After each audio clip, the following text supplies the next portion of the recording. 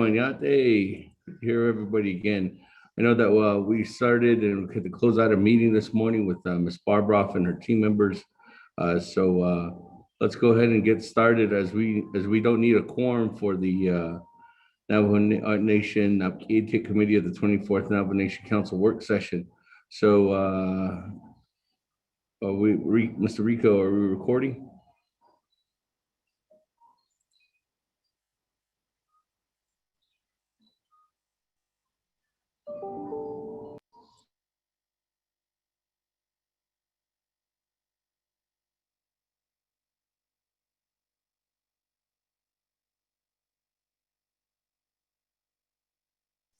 Mr. Rico, are we recording, or Jalissa?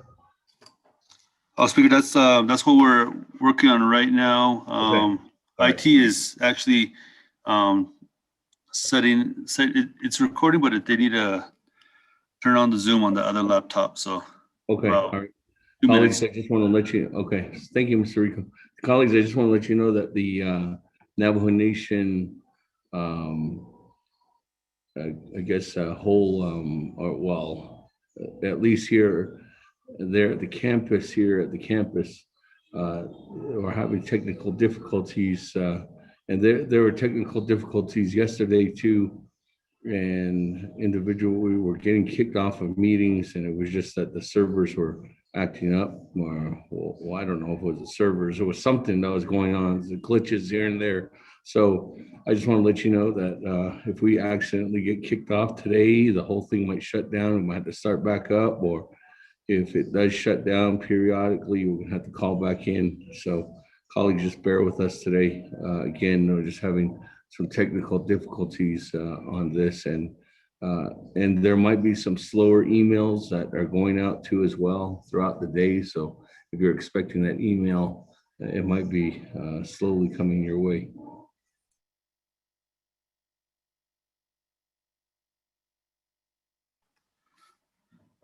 Speaker, we are good to go. Great. With that, Mr. Rico, let's go ahead and get this thing. The Naabik'íyáti Committee of the 24th Navajo Nation Council a work session started. As we know, we don't need a quorum to get this going. It's to be a telecommunications meeting today, Window Rock, Arizona, on the Navajo Nation.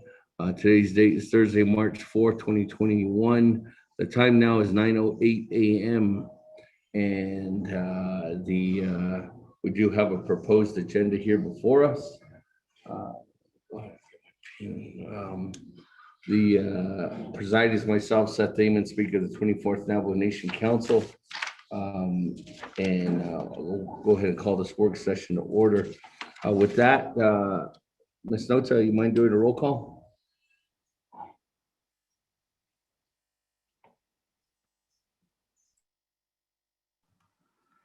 Speaker, I'll do the roll call.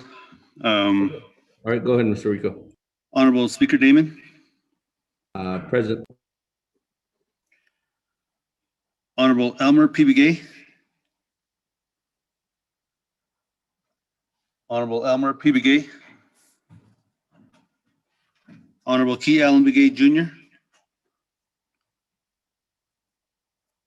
Honorable Key Allen Begay Jr. Honorable Paul Begay. Honorable Paul Begay. Honorable Nathaniel Brown. Honorable Nathaniel Brown.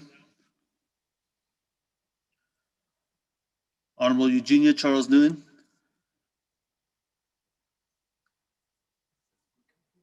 Honorable Eugenia Charles Nguyen.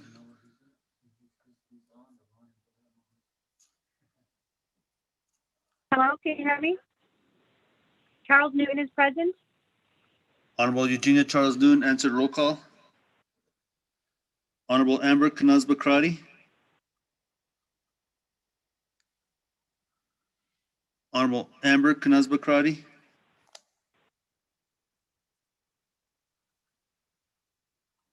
Honorable Herman Daniels.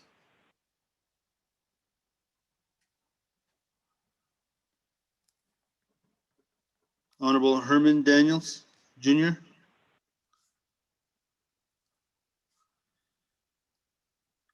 Honorable Pernell Halona.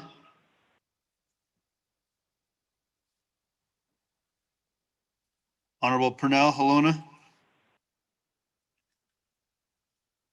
Honorable Vince James. Delegate James, present. Honorable James answered roll call. Honorable Mark Freeland.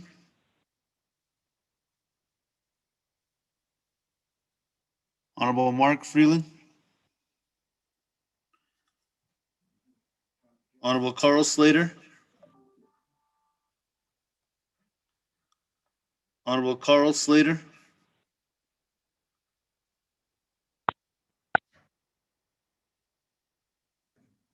Honorable Eugene So.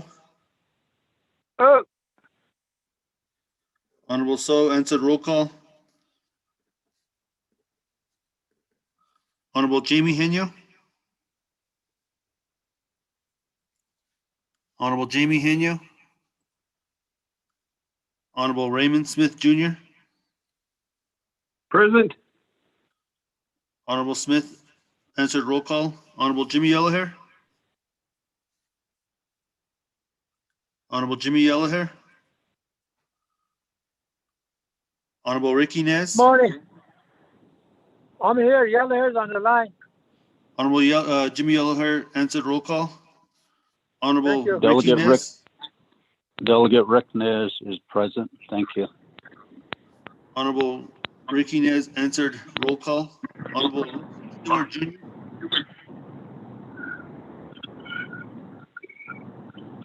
Honorable Wilson. Monica is here. Stewart's here, Manuel. Honorable Stewart answered roll call. Honorable Edison J. Wanika. Here. Honorable Wanika answered roll call.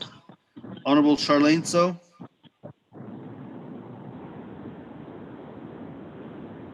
Honorable Daniel Eso.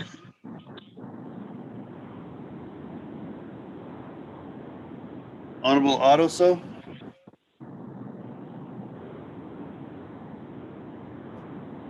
Honorable Edmund Yazi.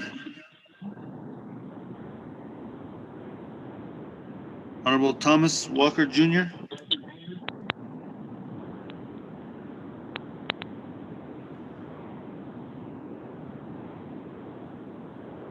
Speaker, you have 8 members present.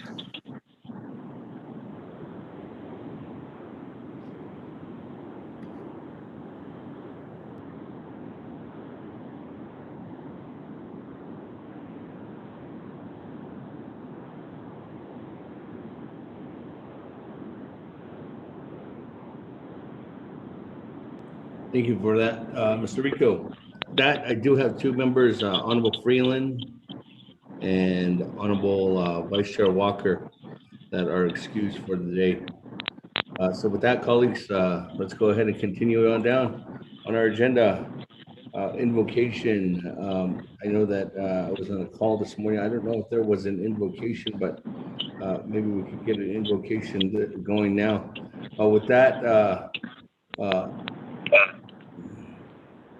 Madam Chair Charles Newton, do you mind doing an invocation for us this morning? Yes, Speaker, I don't mind at all. Okay, appreciate it. Thank you. We pray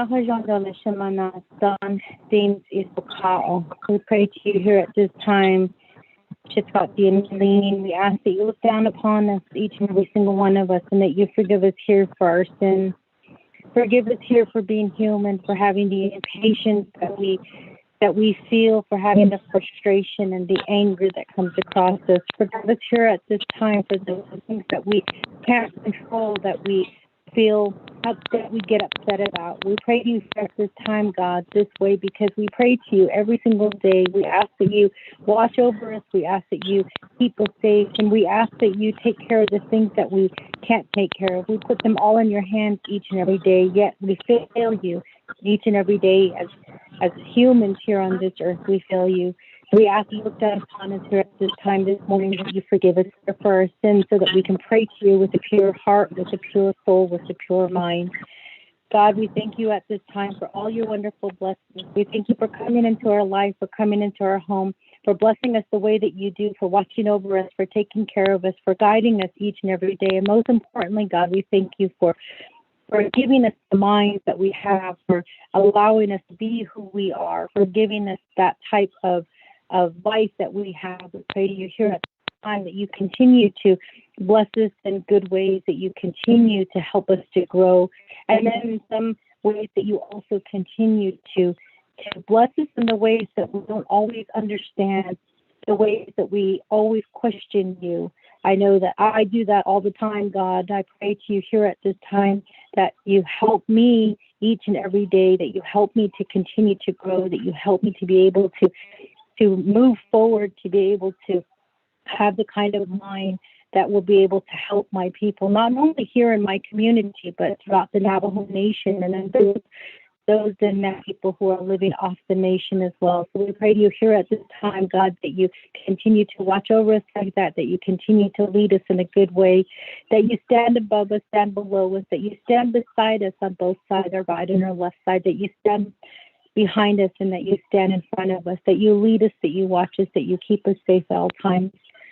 God, we pray to you here at this time, and we thank you again for all your blessings. We thank you for allowing us to be able to come together for this work session, to be able to make the decisions not only on behalf of council, but to be able to make decisions that our people will be affected by as well. So we pray to you here at this time, God, that we once established here through this council, that you strengthen that F for us once again, that you help us to be able to work together, to be able to have that respect for each other, to be able to talk to each other in a good way, to be able to accomplish what this Navajo Nation needs at this time, the decisions that we make here at this time today, even though it's just a work session. But we pray to you here at this time that you help us to be able to get through this work session so that we accomplish something not only again for ourselves but for our people. We pray to this way, God, the only way we know how. We know that we're not perfect. We know that we try each and every day. We know that we pray to you each and every day, and we leave all of our prayers with you. So at this time, God, to you, and I leave this all with you. All of our worries, all of our needs, all of our wants, we give it to you here at this time, God, because we know that only you can handle them here this morning, this day, this month, this year. Continue to watch over us. Continue to help us work together as a council. Continue to be able to be by us. So we pray to you this way in your name. Amen. Thank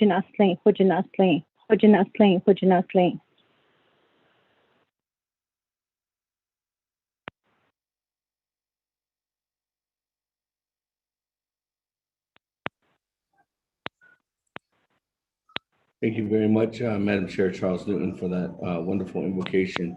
Thank you for blessing the day and blessing everyone, and especially blessing what we need to do together. So again, thank you everyone for being with us here today. Let's continue on down. I got item number 2 on our agenda is recognizing guests and visiting officials. Is there any recognitions at this time? Mr. Chair, this is Delegate Herman Daniels. I'm on the line. Good morning, Honorable Daniels. If there are no recognitions at this time, we can continue on down to the work session topics. We have items on the agenda here this morning. This main work session, I just want to go over in item number 3. It says introduction, purpose of the work session, presented by myself, Seth Thaman, 24th Navajo Nation Council Speaker. One is as you remember, back in January, there was a motion to have a work session. That motion was by Honorable Daniels and second by Chairman Ricky Nez. Vote 11 in favor, 8 opposed. And in that was for legislation 0318-20. That legislation is actually sponsored by Honorable Vince James, the chairman of the Title II Reform Subcommittee. And this was a legislation that was wanting to move forward to get this completed during the 24th Navajo Nation Council. request that the Naabik'íyáti committee at that time, before this legislation goes on to Navajo Nation Council, is that there was a request of this work session. If there's any recommended changes, I do have staff from Ms. Barbara's office who will, we can jot those down. From the speaker's office, we'll work together. If there's any recommendations for any kind of amendments that need to be composed in doing that from this work session. Also identified in here will be a presentation from Chairman Vince James of the Title II Subcommittee. And then if there's any of those proposed changes, again, Ms. Barbara, Chief Legislative Counsel, is on the line, and we'll explain some of these additional changes too as well. So I know that Honorable Vince James is looking forward to getting this legislation to council. So let's go ahead and continue the work session. So with that, colleagues, on legislation 0318-20, Mr. Rico, is there any other recap that you need to assist in? Speaker Damon and members of the 24th Navajo Nation Council Naabik'íyáti Committee, no, there is not. We did have a Title II Reform Subcommittee meeting on Monday, and some of this information was discussed, but I will leave it to Chairman Vince James and Chief Legislative Counsel Dana Barboff to elaborate more on any proposed changes. Mr. Speaker. Okay, great. Thank you. With that, let me go ahead and turn it over. The time now on item number B on the work session, legislation presentation by Honorable Vince James. Good morning, Honorable James. The floor is yours. Good morning, Speaker. This is Delegate Heaney. I'm on the line for the record. Good morning, Chairman. How are you doing? Pretty good, all right. Good, good. We'll get you on the record. With that, Honorable Vince James, floor is yours.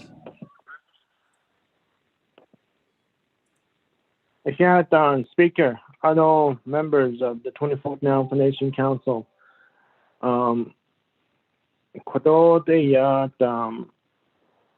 legislation 0318 she's on the line. I'll go ahead and give the floor over to Dana, but like Mr. Rico was indicating, that we did have our Title II subcommittee meeting, and it was a good discussion that we had this past Monday, March 1st. And we talked about a lot of the amending standard of conduct at this meeting, and we elaborated on some of the things that we also worked with Honorable Carl Slater with the information that was sent out to us. And majority of the 0318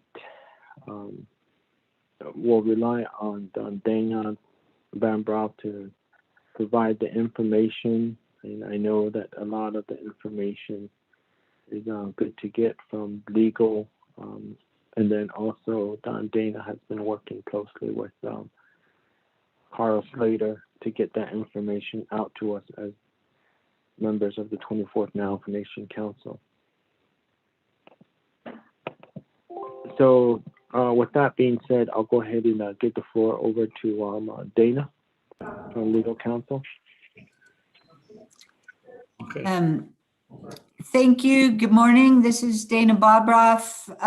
Given the technical issues, can you hear me this morning?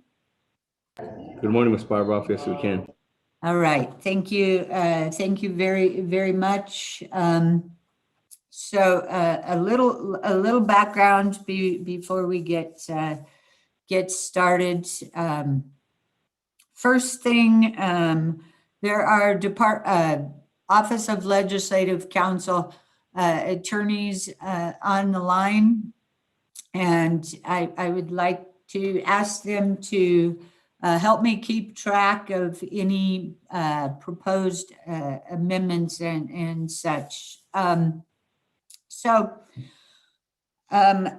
The 24th Council has been working under rules that were actually adopted by, I believe, the 22nd Council.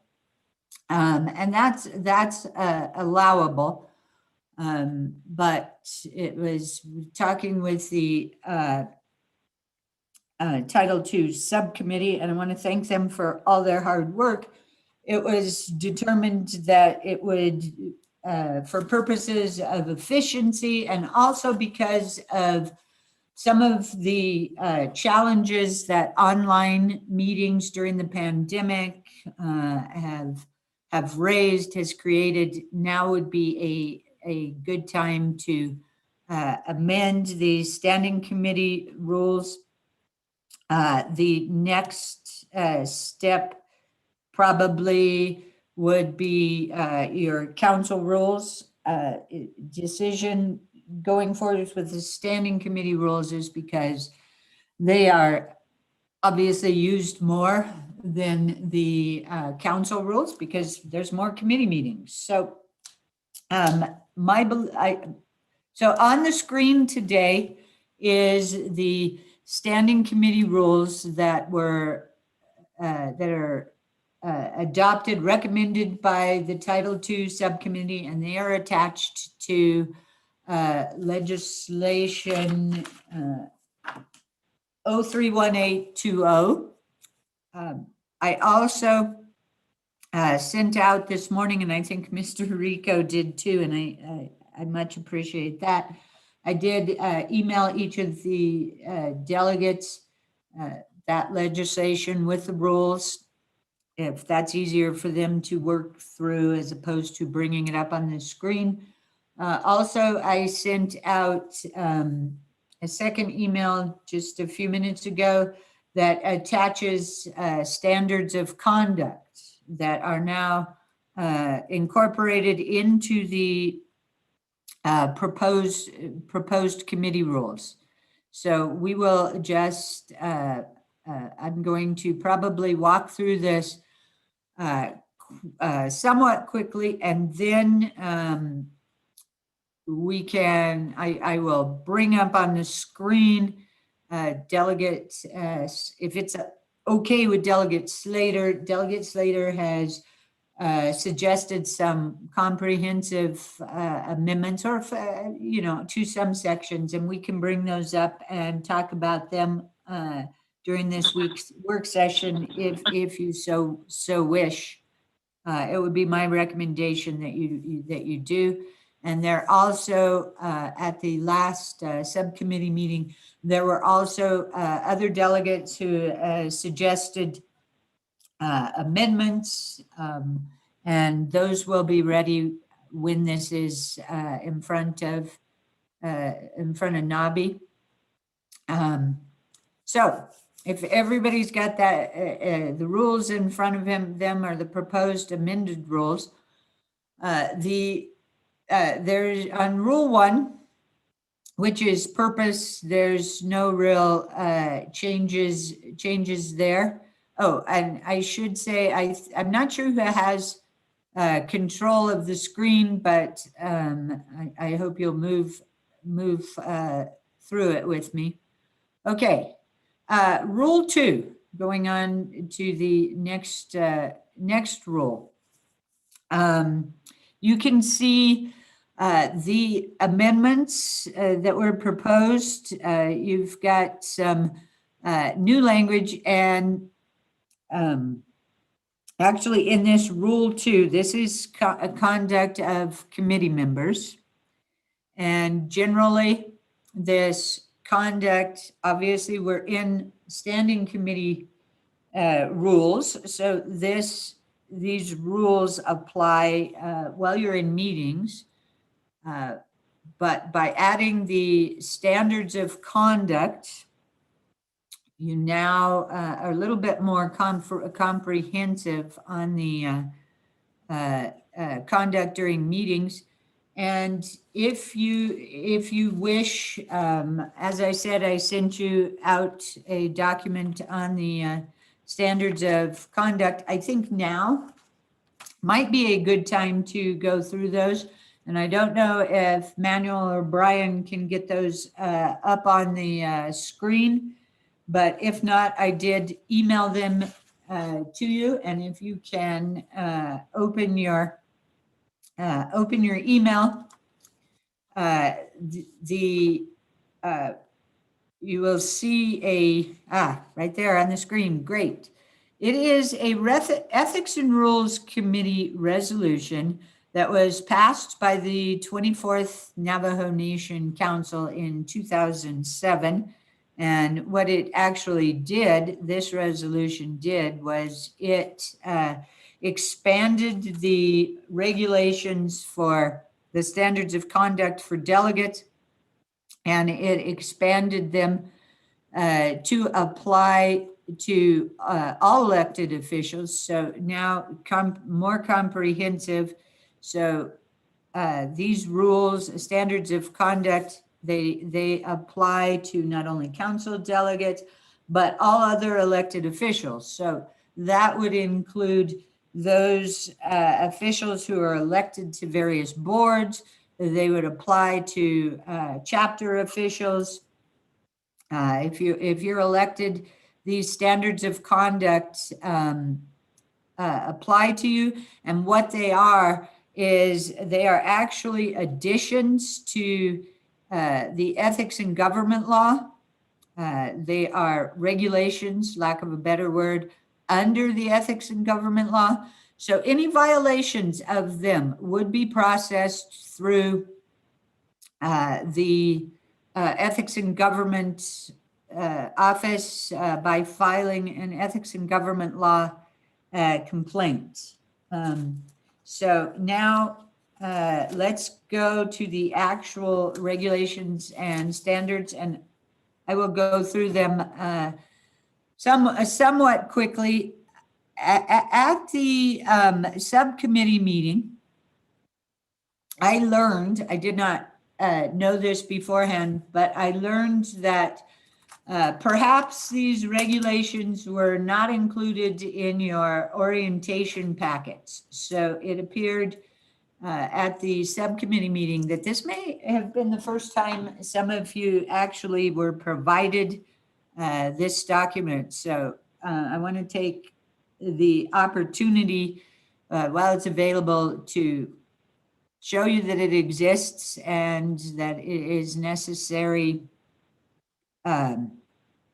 to comply with it. I am not going to go through the purpose sections, basically the purpose sections, the overall goal. It states in section 1 purpose, the primary purpose is to address of the ethics and government law is to address and prevent financial malfeasance. However, the ethics and government law does not address all standards of conduct of elected officials, and that's why these regulations were adopted.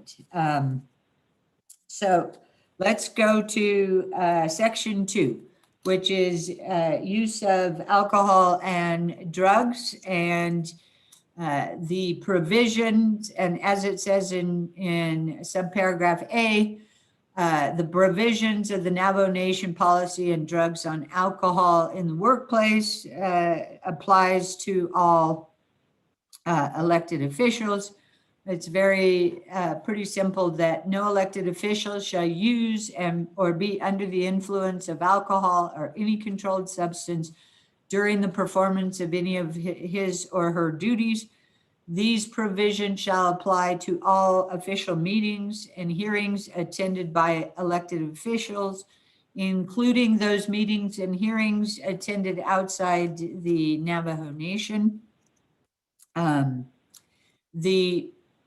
If you go to paragraph B, elected officials are subject to removal and other sanctions for habitual use of drugs or alcohol.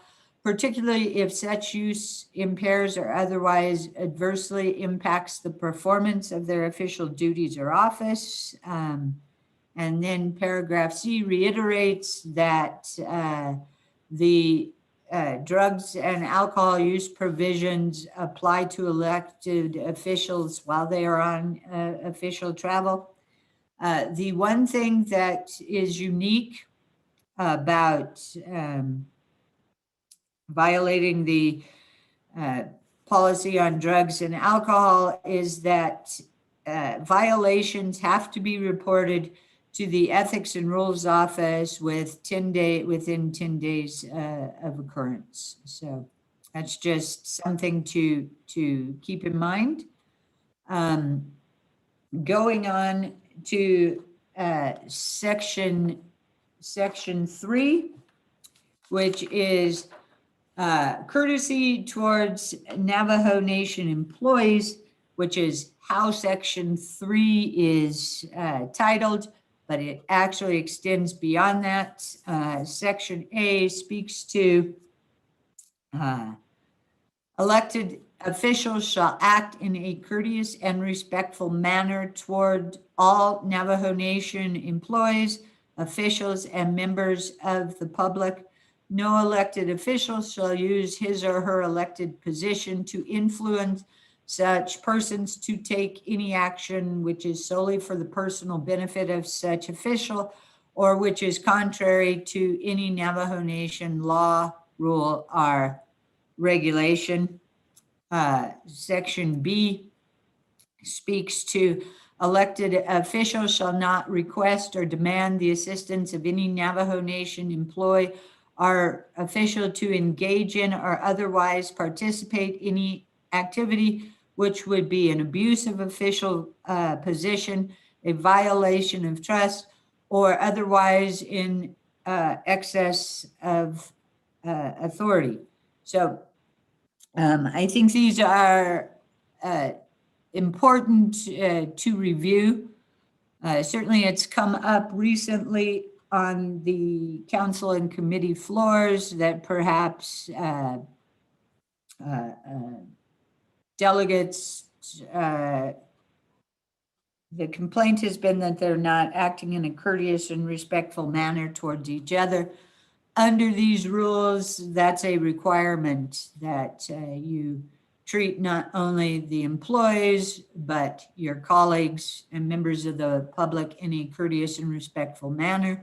So when that issue is raised on the council floor or committee floor, not only is not being courteous or respectful to each other, not only would that be a violation of these standards of conduct, but it will now be a violation of your rules if this takes place during a committee or council section. I'm back on paragraph A. The next section, no elected official shall use his or her elected position to influence such persons, meaning employees, officials, members of the public, to take any action which is solely for the benefit of such official or which is contrary to any Navajo Nation law, rule, or regulation. I am emphasizing this to just provide a heads up and some guidance that when you request a employee to disregard a policy, you are going to come up against this, and you have to be careful that what you're requesting does not violate, is not asking the employee or other official to violate this section, and that means not violate Navajo Nation laws, rules, regulations, which all incorporate policies. And I don't know, I'm going to defer to Subcommittee Chair James, if he wants me to stop for questions as I go through each section, or if you wish for me to just go through the whole document and then go to questions.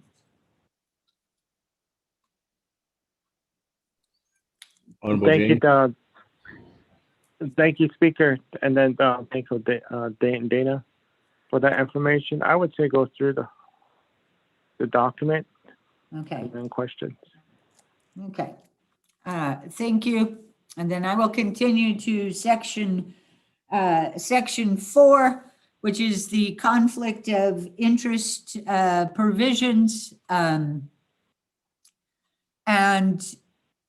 I am not going to read these for you. You can, of course, have this as a reference tool, but conflict of interest, of course, we know that's not allowed under the ethics and government law, under your own council rules, under also there's a conflict of interest prohibition in Title II. I can't remember. I think it is section, it's right around section 1. It's actually 2 and in C, section 191. But this is just more information on conflict of interest. I do recognize that it frustrates many of you when you raise a question on the council floor about a delegate having a conflict of interest, and legislative council's response to you is that in the first instance, it is the delegate themselves who has to determine whether they have a conflict of interest. If they have and the reason for that is because the delegate knows all the facts. So in the first instance, if a delegate believes that they have a conflict of interest, they should request to recuse themselves from the discussion and voting on the discussion, and they can simply say they have a conflict of interest. If a delegate believes that another delegate has a conflict of interest, they would raise that on the council floor as a point of order.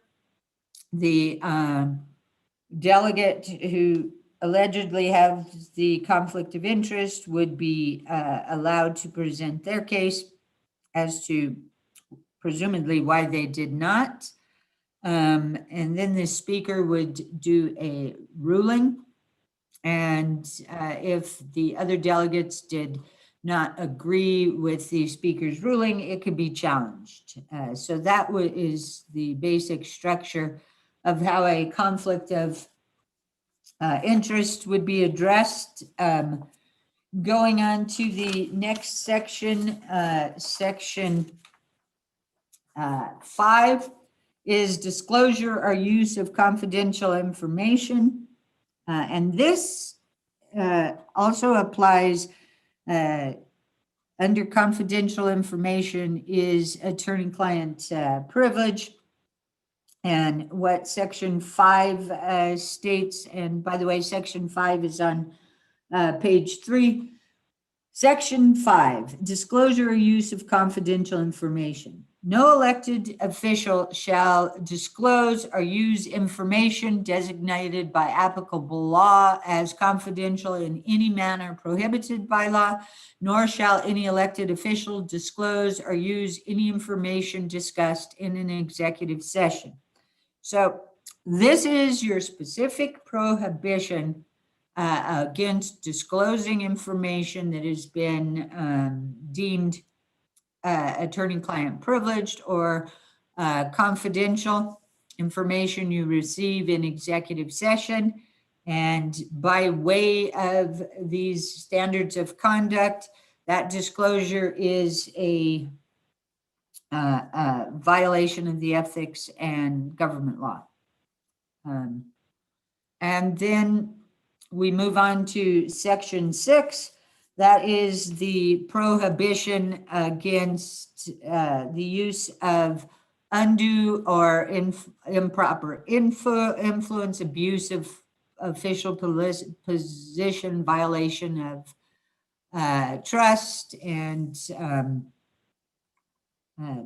that's just, I'm going to go ahead and read these to you also. Paragraph A, elected officials shall not exercise any undue or improper influence upon any entity of Navajo Nation government. The exercise of oversight, directive, policy making, and all other legal authority of elected officials shall not be deemed or determined to be an exercise of undue or improper influence.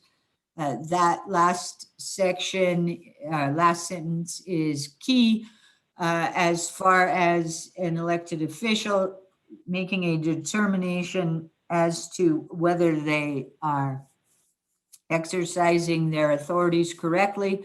So if you are exercising your oversight authority, if you're issuing a directive, if you're engaged in policy making, all of those are, of course, allowable and should not be deemed undue or improper influence. And then, of course, you've got Section B, elected officials shall not engage in any activity which would be an abuse of official position or a violation of trust. And those last two, abuse of official position or violation of trust, those would, of course, be very fact specific. Section 7, which is unauthorized compensation. An elected official shall not claim nor receive any form of compensation for meetings or other business which he or she did not attend for the minimum amount of time required by law.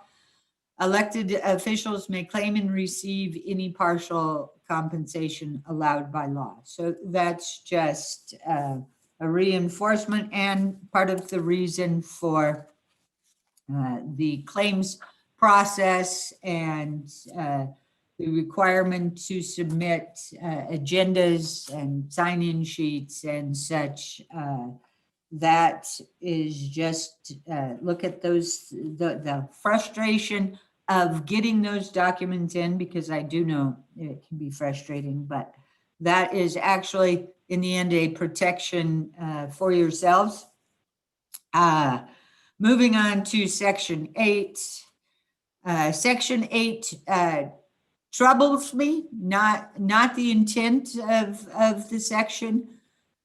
Section 8 has to do with sexual harassment, and I, of course, support the prohibitions against sexual harassment.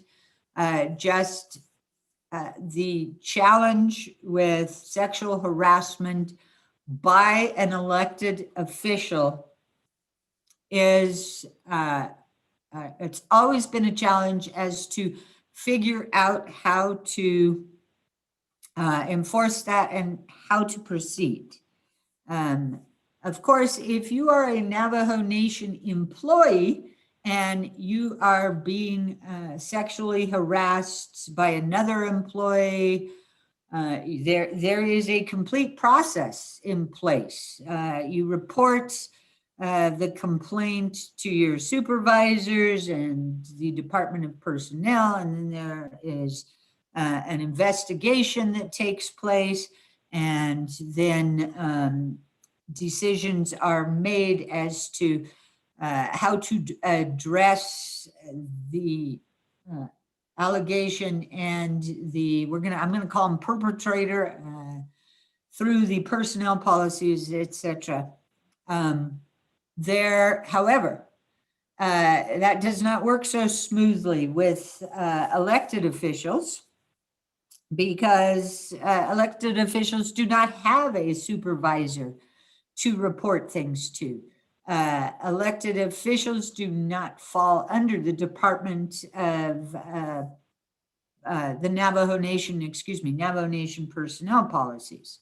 So what that means is that if you are being harassed by sexually harassed by an elected official, what do you do?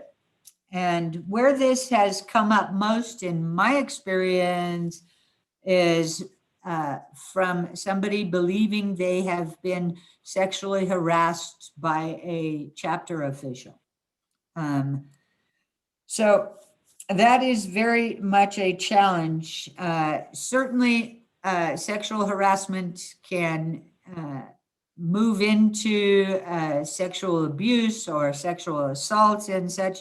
That is absolutely a complete police complaint, should always be filed on that. But as far as if it doesn't rise to that level, or for whatever reason, the victim does not wish to file a complaint, the way this is handled is under Section B, which reads, in addition to filing a complaint in accordance with the Navajo Nation Ethics and Government Law, any employee of an entity of the Navajo Nation who feels that he or she is a victim of sexual harassment by an elected official should immediately report the writing in matter to his or her immediate supervisor and the chairperson of the entity the accused serves on, and provide a copy to the Ethics and Rules Office. So 2 things I have to say about this provision here. 1, this provision applies to an employee of any entity of the Navajo Nation. So that would mean not only an employee of the Navajo Nation central government, but an employee of the chapters, an employee of the enterprises. What they would do is follow this provision. However, this doesn't directly apply to members of the public. So let's say you have a chapter member who's not an employee, who believes they are being sexually harassed by a chapter official. What do? Well, it's not really clear. If they came to me for a suggestion, I would direct them to the Ethics and Government Law, and I would Ethics and Government Office. I would also probably send them to file a police complaint if they were willing.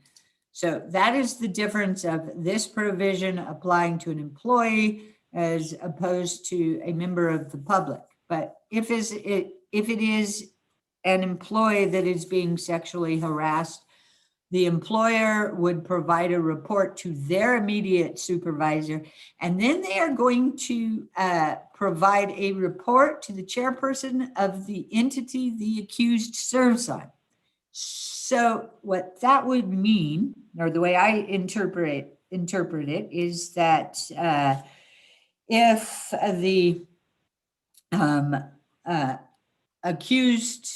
the accused is, for example, a council delegate, then the employee who's being sexually harassed, they would report that to the chairperson of the committee that the delegate is assigned to, and then they would probably also report it to the speaker. But after that, it doesn't say how things proceed, other than you have a ethics and rules complaint on file. So that's just a summary, and I do think that we have to take another look, or I'm recommending we take another look at this sexual harassment policy. But until we do, this is what's in place.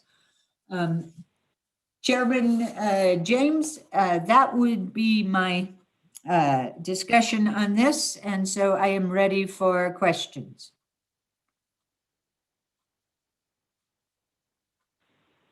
Yes. Thank you, Dana. Okay.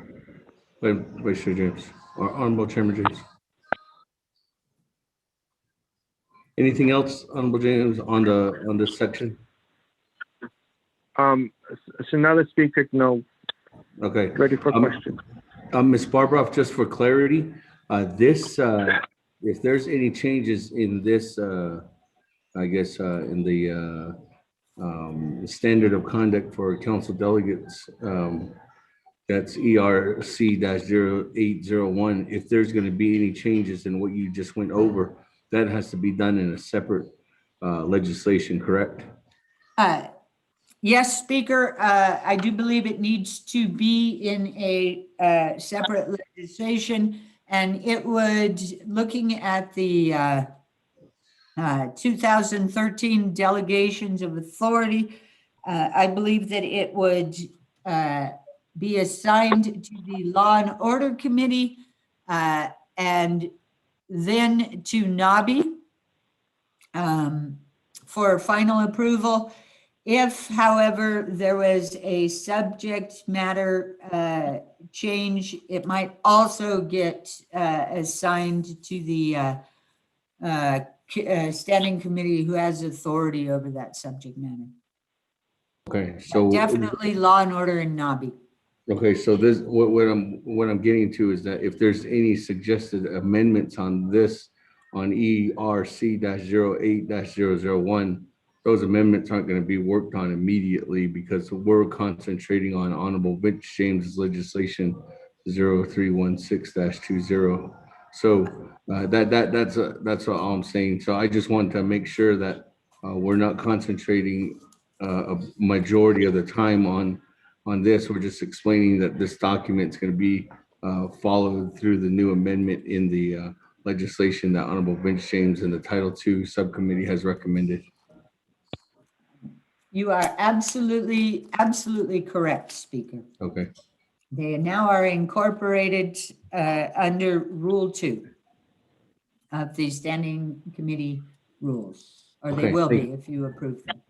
Thank you. With that, colleagues, are there any questions on this portion of the presentation?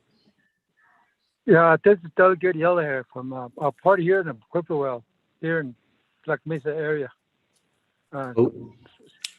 Speaker, good morning. Oh, go good ahead. Morning. Tina, Mr. Vince, Miss James. My question is, what are the penalties in here anyway? Because the penalties are important than just written statements.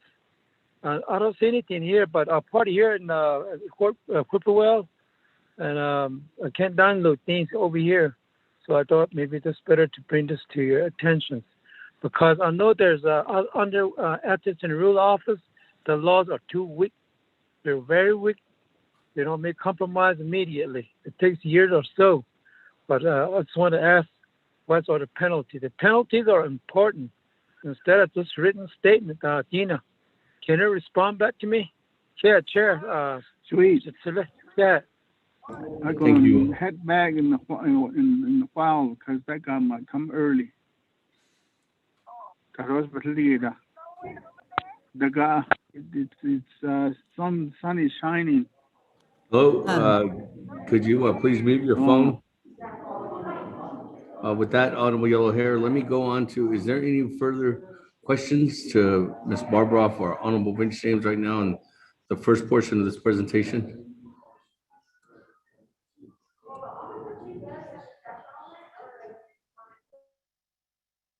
Speaker Damon, Eugene, so. Honorable Eugene So let me go to Honorable Eugene So, Ms. Barbara, and then I'll come back to, and Honorable Vince James, I'll come back to both of you. Honorable Eugene So, go ahead. I believe what you said is most important, that we go through the legislation that's going to be debated on the floor instead of this one later on this one. So we don't have to spend a lot of daylight. Thank you. Okay, thank you. So with that, I'll go back to you, Ms. Barbara, for Honorable Vince James on Honorable Yellowhair's question. Okay. Thank you, Delegate Yellowhair. I will get you a list of the penalties. These complaints are under the standards of conduct. You would, a complaint would be filed with the Ethics and Rules Office, and The standard penalties under the ethics and government law would be applicable.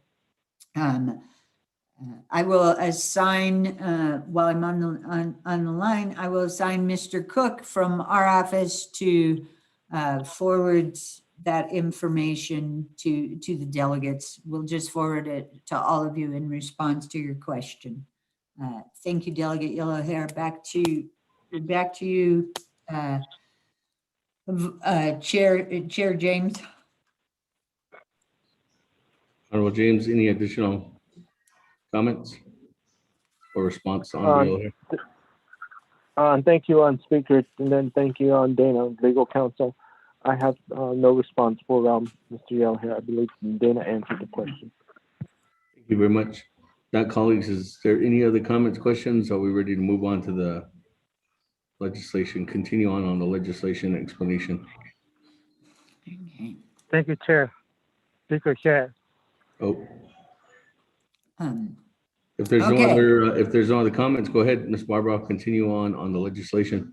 Okay, so now we would, I'm going to double check. Yes. Back up on the screen, we have the proposed amendments to the rule up on the screen, and Rule 3, it's just grammatical changes to make it read a little smoother, but I do want to emphasize about subcommittees. Subcommittees, they're allowed to be established under the code at 2 NNC 186. I want to emphasize that these rules of order do apply to subcommittees. So just an emphasis on that.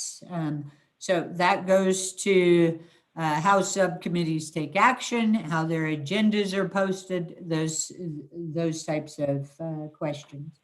So now we move on to Rule 4, which speaks about, which sets forth the responsibilities of the committee chairperson. And you will find out a fair number of amendments here and some rearranging.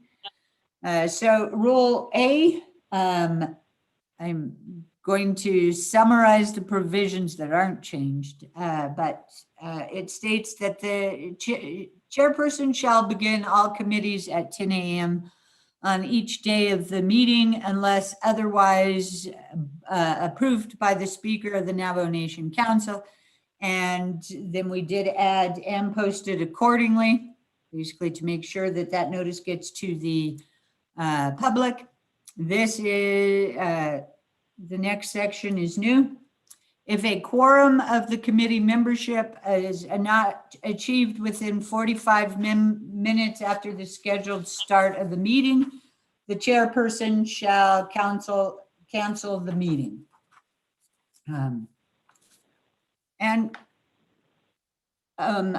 Speaker, before I go further, I want to ask Chairman James, do you want me just to go through how you want me to proceed? Do you want me to go through complete each rule before we take questions, or you want me to go through the whole document, or do you want me just to go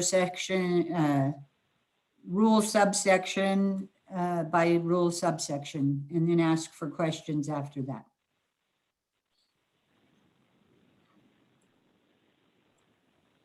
Well, James.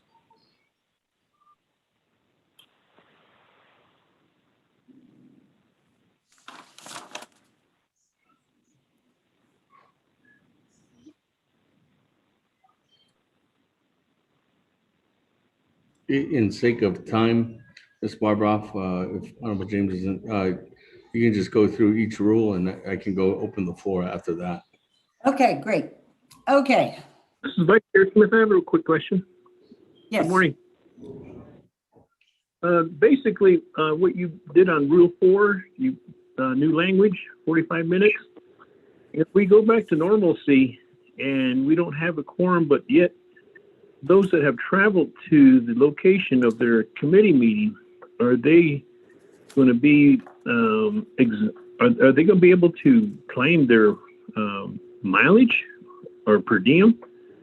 I know that the meeting does require a quorum and there is a stipend, but if there's no quorum, then there's no stipend. How does that affect the mileage for folks that have traveled across the Navajo Nation to attend a subcommittee or a committee meeting? Thank you.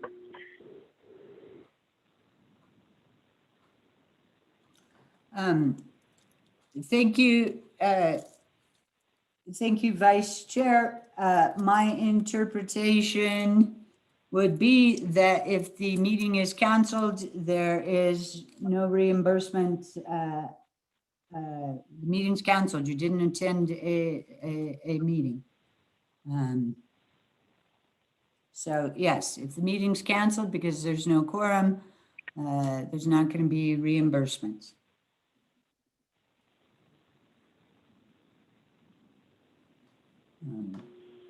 Okay. Back to Dana, I think that's unfair because folks have traveled all the way across, and if there's no quorum, you know, Vice Chair Smith,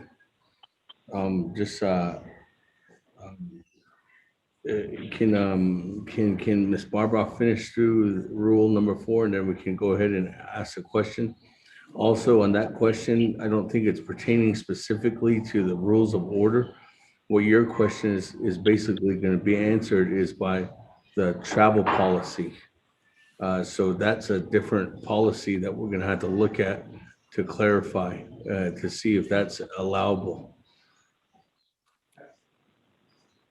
Okay. That was a good all right, thank you. That's a good answer, Speaker. It was also a great question, Vice Chair Smith. Okay, B, basically the Dana, chair... this is Delegate Carlson. Yes, ma'am. I'm so sorry, Dana, to interrupt you.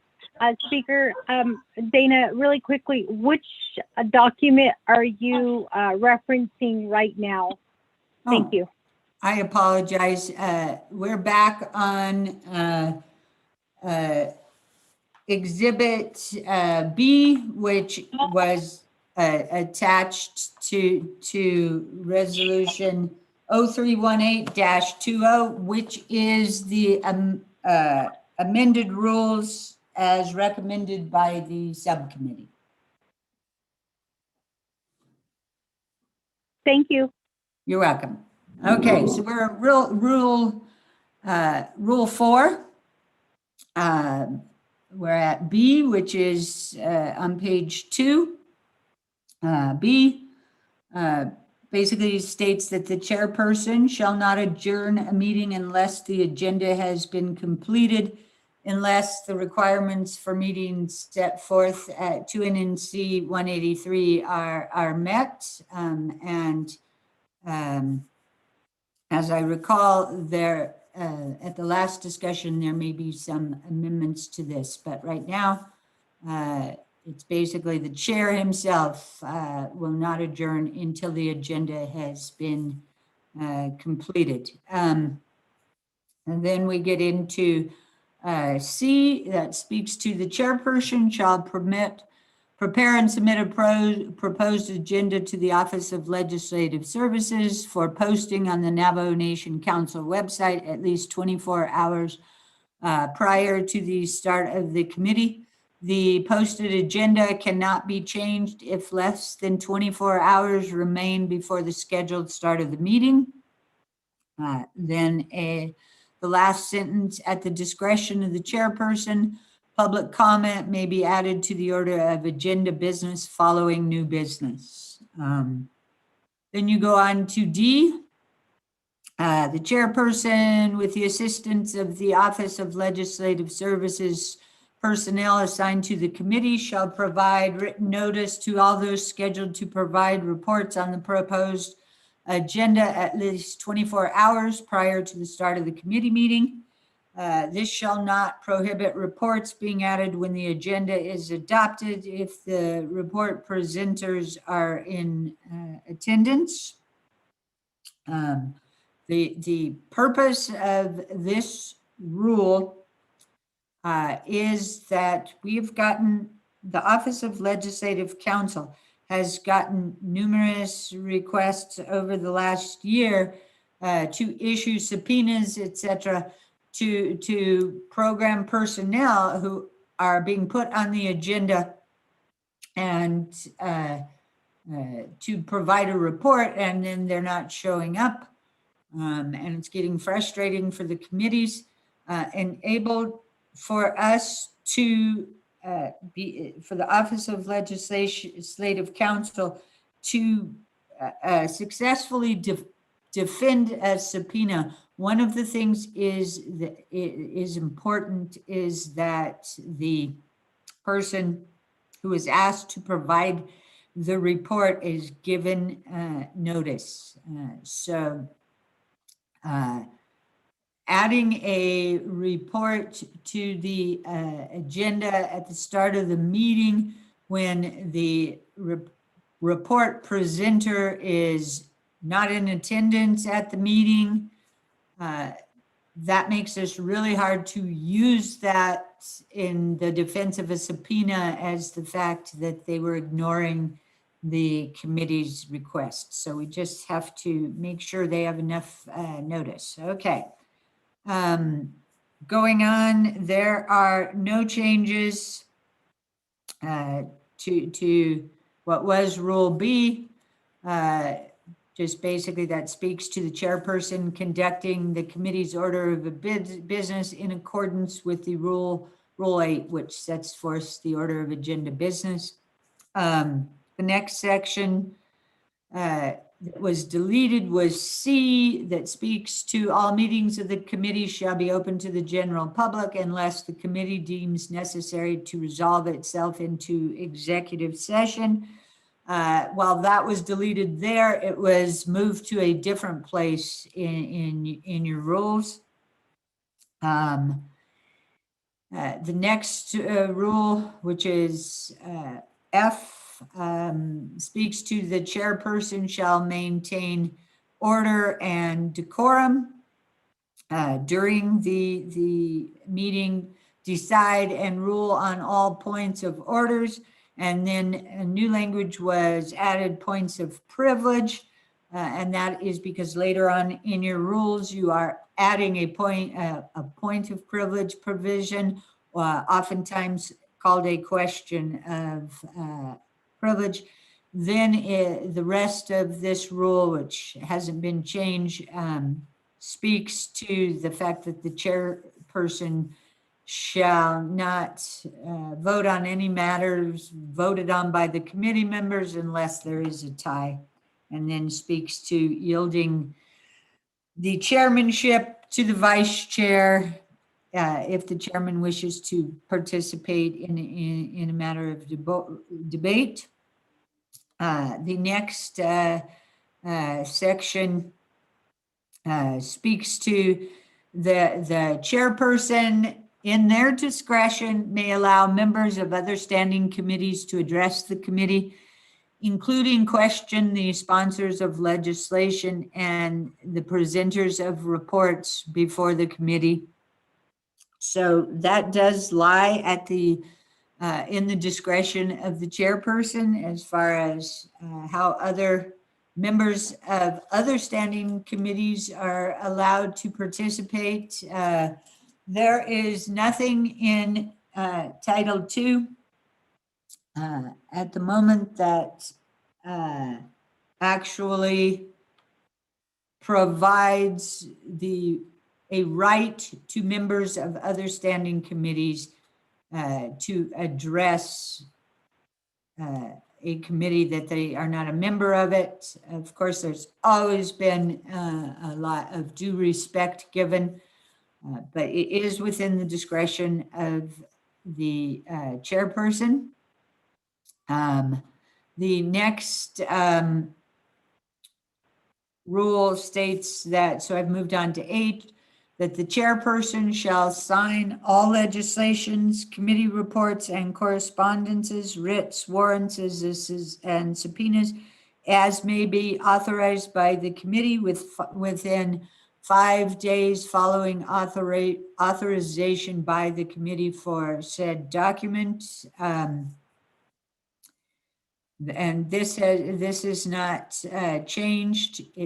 The next rule is the chairperson or vice chairperson shall sign all claims for expenses incurred by the committee members during or between meetings. Then the next section, which is new, speaks to, this is J, this paragraph is new. The chairperson shall notify any committee member in writing when they are not in compliance with 2 NNC 167, which includes that all delegates to the Navajo Nation Council shall attend all regular and special meetings of the Navajo Nation Council or committees if any delegate is absent from 60% of the meeting days within a 1-year period. The Navajo Nation Council may consider a motion to censor said delegate. The next paragraph is paragraph K, and it wasn't changed, and that just goes to, that speaks about the chairperson has his or her claims for expenses signed by the speaker. Is Delegate Slater still on the line?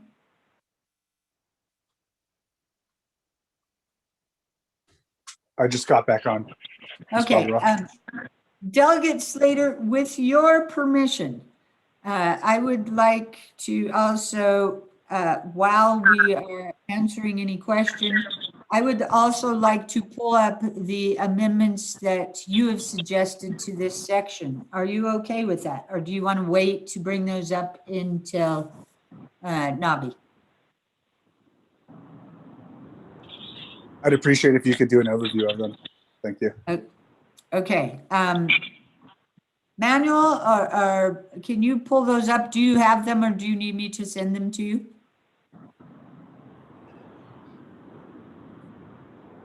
Dana, let me Mr. Rico, pulling them up right now. Okay, and it would be the documents the document we discussed with the subcommittee that has highlighted sections on it. Okay, while we're pulling those up, let's go back to questions. okay, thank you. With that, are there any questions on Rule 4? Speaker, this is Delegate Chair. Honorable Elmer Begay? Go ahead. Speaker, okay, I just want to let you know that I got on. Thank you. Good morning, too. Thank you. Any other comments, questions on Rule 4? Vice Chair Smith would like to ask something. Eugene So. Vice Chair Smith and Honorable Eugene So. Vice Chair Smith, go ahead. Thank you. Dana, this provision under Rule 4 for the chairperson and does contact the delegate for all regular and special meetings. And if any delegate is absent 60%, is that 60% regarding just the council and NABI? Or is that also including the committee meetings or subcommittee meetings? How far does this go down? Is it just basically the Navajo Nation Council? Because we have 4 sessions per year, and including special sessions that we've been having almost every other day. And then it goes on saying Navajo Nation Council may consider a motion to censor said delegate. Could you explain what the Navajo Nation Council and the language there to censure said delegate? Is that to put him on the side or her on the side for the time being, or could you explain that? Thank you, Speaker. Thank you. With that question, let me go to Honorable Eugene So, and then I'll come back to you, Ms. Barbara. Okay. I was on the same section, but I guess Mr. Smith, Honorable Smith is talking about regards to that. I guess if we look into the Title II regards to the council delegates oath, we are all council delegates, 24 of us, all the same authority. That's what I was told. But I don't know if that's still the truth. So regards to missing your oversight committee meetings, and yet you're going to be censored. Let's say if I would like to be in all of the oversight committees and try to attend all of them. Would I be censored too if I just I resign myself from the law and order and just be part of the whole Navajo Nation Oversight Committee and start doing things for the people of Navajo Nation wide? That would give me knowledge of what's going on with the Navajo Nation government across the board within all division departments and entities. And it would really help me out and also help my people out across the Navajo Nation. So that's kind of a conflict to me, a prejudice conflict that we can only be within the oversight committee.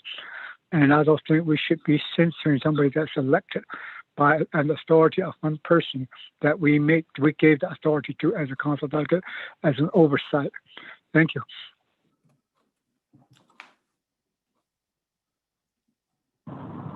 Okay. With that, Ms. Barbara, go ahead. I'll go back to you. Those are really good discussion questions. So actually, the provision about this is in Title II. I'll read it to you in a second. It was just the thought that of the Title II subcommittee, it should be reiterated in the rules.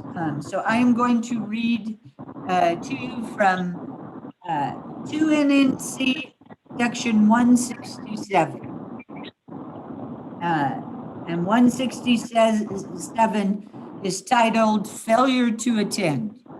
And what it states is, all delegates to the Navajo Nation Council shall attend all regular and special meetings of the Navajo Nation Council or Committee. If any delegate is absent from 60% of the meetings within a 1-year period, Navajo Nation Council may consider a motion to censor said delegate. If his or her absence continues, the Navajo Nation Council shall have the authority to declare the delegate's seat forfeited and vacant. Now, the code is not worded as smoothly as we might like, but the only way that it could be applied is that a delegate is required to attend 60% of all the Navajo Nation Council regular and special meetings and the committee meetings, both special and regular, of the committee they're assigned to, the committees they're assigned to. So, for example, I am going to use Delegate Eugene So as an example. Delegate Eugene So has a responsibility under the code to attend 60%, and this is within a 1-year period, 60% of all of the regular and special meetings of the council and all regular and special meetings of Naabik'íyáti committee and all regular and special meetings of the Law and Order Committee. That is what they are overall required to do. it is my interpretation that if say a delegate is not, has not attended 60% of their assigned committee, regular and special meetings within a 1-year period, that they could be censored. So the first step is censoring if behavior doesn't approve. The second step would be for the council to declare the delegate seat forfeited and vacant. But let me emphasize that the committee itself cannot take the action to censor. That needs to be done by the Navajo Nation Council. So I hope that answers the question. Speaker, I got another question. Follow up.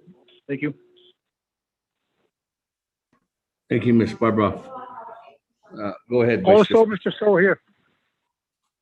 Go ahead, Vice Chair Smith. Well, thank you, Barbara, for explaining that. However, the 60% is inclusive of all Navajo Nation Council,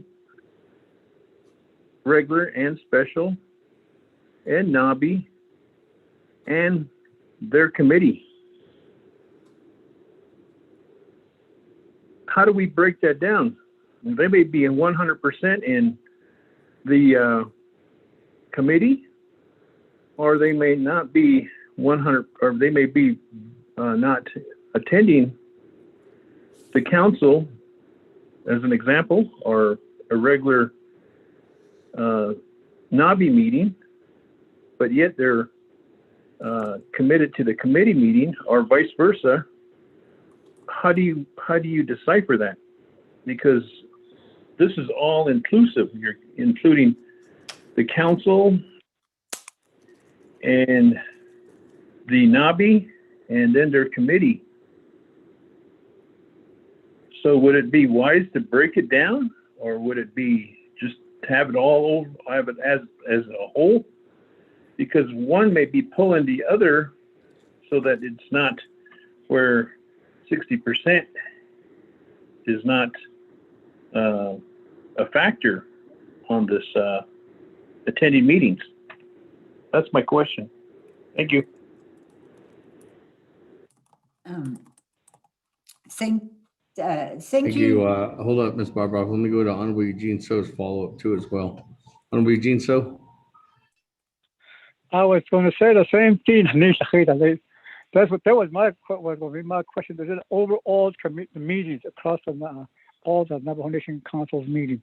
That would be 60%. That's what I was going to ask. But again, as a council delegate, we're going to the title that Dana read.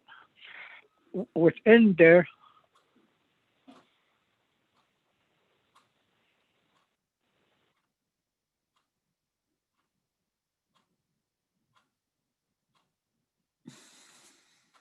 Honorable Eugene So.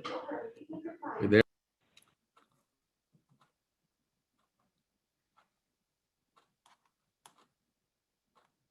Honorable Eugene So.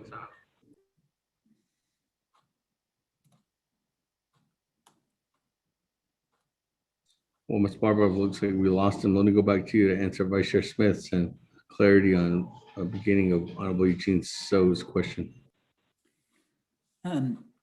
Thank you, Vice Chair Smith.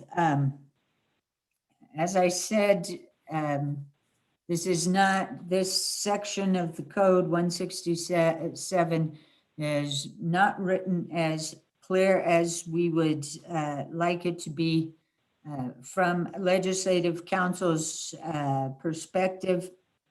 You would be looking at an overall total as to attending 60%. You would combine the council sessions and committee meetings, both regular and special meetings, if you came up with the fact that a delegate had not attended 60% of the total of those meetings, then that would be meet the criteria for censure.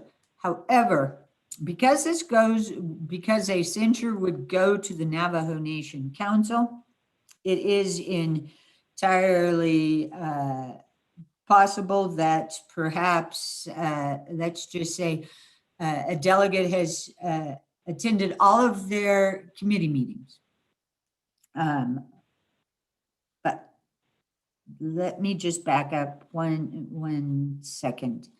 I do not believe that if a delegate is officially excluded from a meeting, that counts towards their 60%. If they're got their official exclusion because they've worked with the chair or the speaker in advance, then I don't think that should be held against them. But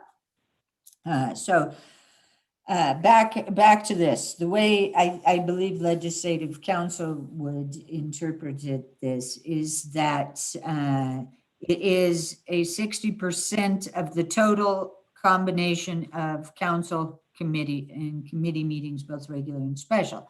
However, if because it's action by the council, if let's just say my example, there was a delegate who attended all of their committee meetings, but they never attended any council sessions, it's entirely possible for legislation to be brought wherein you are censoring the delegate for not attending the council sessions, and then it would be up to the council to make that determination.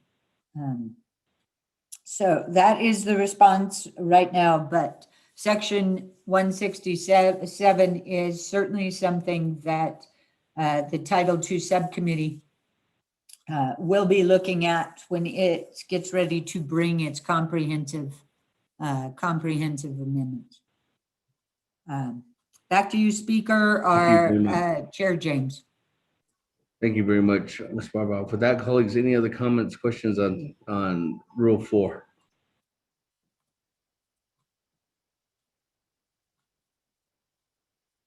If there are none, Ms. Barbara, go ahead and continue on.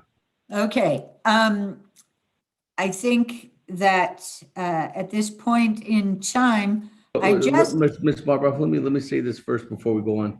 Vice Chair James, Honorable Vice Chair Smith, or anyone, Honorable Eugene So, anyone that's on the line right now, if you are looking at a possible amendment and you can't think of the right words, or you just don't want to bring it up right now, please contact the Speaker's office, Ms. Barbara, and her team, so that we can continue to work on amendments before this does get to NABI. So if you're thinking of amendment right now, but you don't know what that might be, let's say that you want to change it up, Vice Chair Smith, the ratio of the 60% or something, I'm just tossing that out there.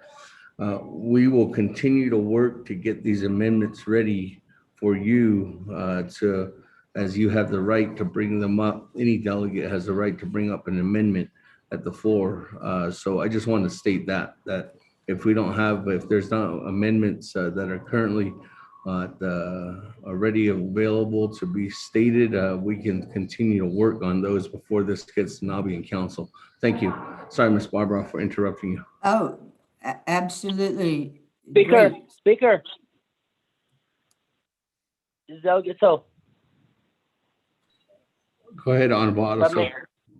Just for the record, I've been falling off and on the call, but I am present. Thank you. Sorry for interrupting.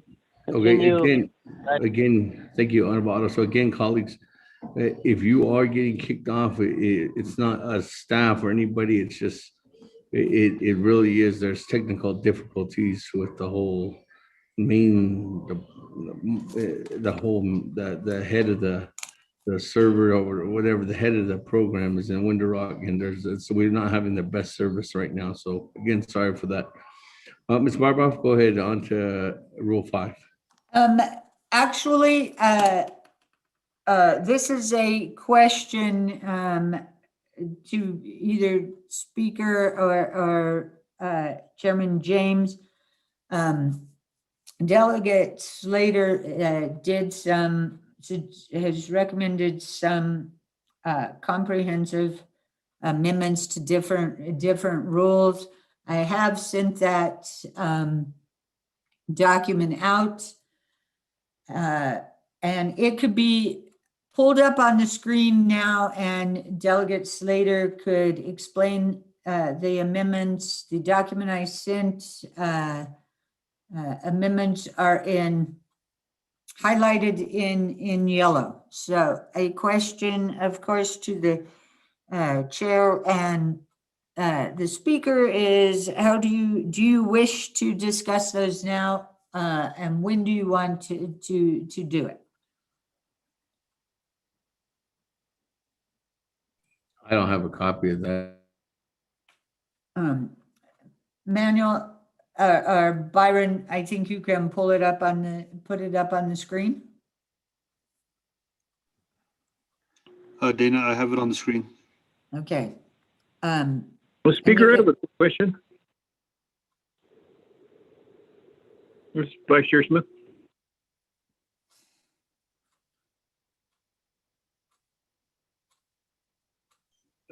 Ms. Barboff, those are there's a lot of amendments in that. If we're going to continue on bringing up those amendments, and then we need to speed this whole thing up, because to explain those amendments and then to talk about what's currently in the legislation, we're on Rule 4 and we have 13 more pages to go. Okay. So it would really have.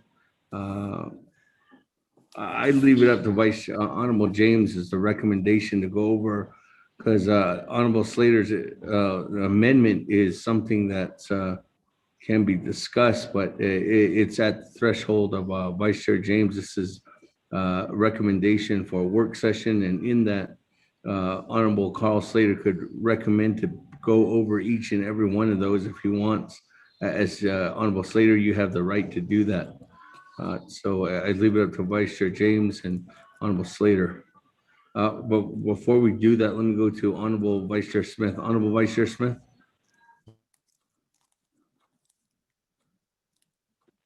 Thank you, Speaker. Before we move on, we're still, I was thinking about this on Rule 4. Let's say either the chairs are being, there's a complaint within the ethics or something like that. Do they remain as the chair, or do they step down for the time being? Or how does the system work on this? Is it, because there's a vice chair, and the vice chair would be able to run the meeting.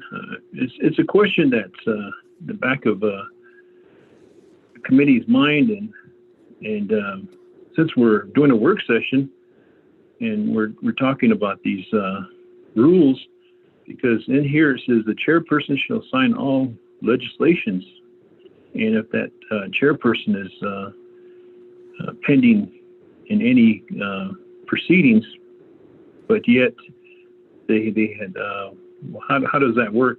I guess that's my question on behalf of that speaker and Dana. Thank you. Thank you. Wait, Ms. Barboff. Okay, thank you, Vice Chair. That question is not specifically addressed in the rules. However, I can tell you how advice on similar situations has been given in the past. And that is just because a ethics and rules complaint has been filed against a delegate does not mean that they've been convicted or that they are, what should we say, guilty or culpable for the allegations. So things might change. So the analysis, of course, changes if there is a conviction, but just the filing of the complaint does not really change circumstances. However, it would be at the discretion of the committee. Well, in the first instance, it would be at the discretion of the chairperson as to whether they wanted to voluntarily set aside until the complaint was resolved. They could certainly do that. It would also be at the discretion of the committee. If the committee wished to have the chairperson step aside and the vice chair step into that role, that would be at the discretion of the individual committee. Thank you, Speaker. And in the interest of times, this is my suggestion, is that we just go through the rules that are attached to the amendments that are attached to the legislation and were recommended by the Title II Subcommittee. Let's just go through those first, and then if there's time and interest, we can go back through Delegate Slater's proposed amendments. Let me know if that's an acceptable process.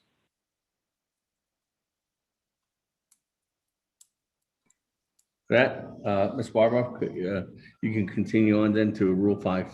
Okay, so what we need on the screen is back to the original. I think we're there.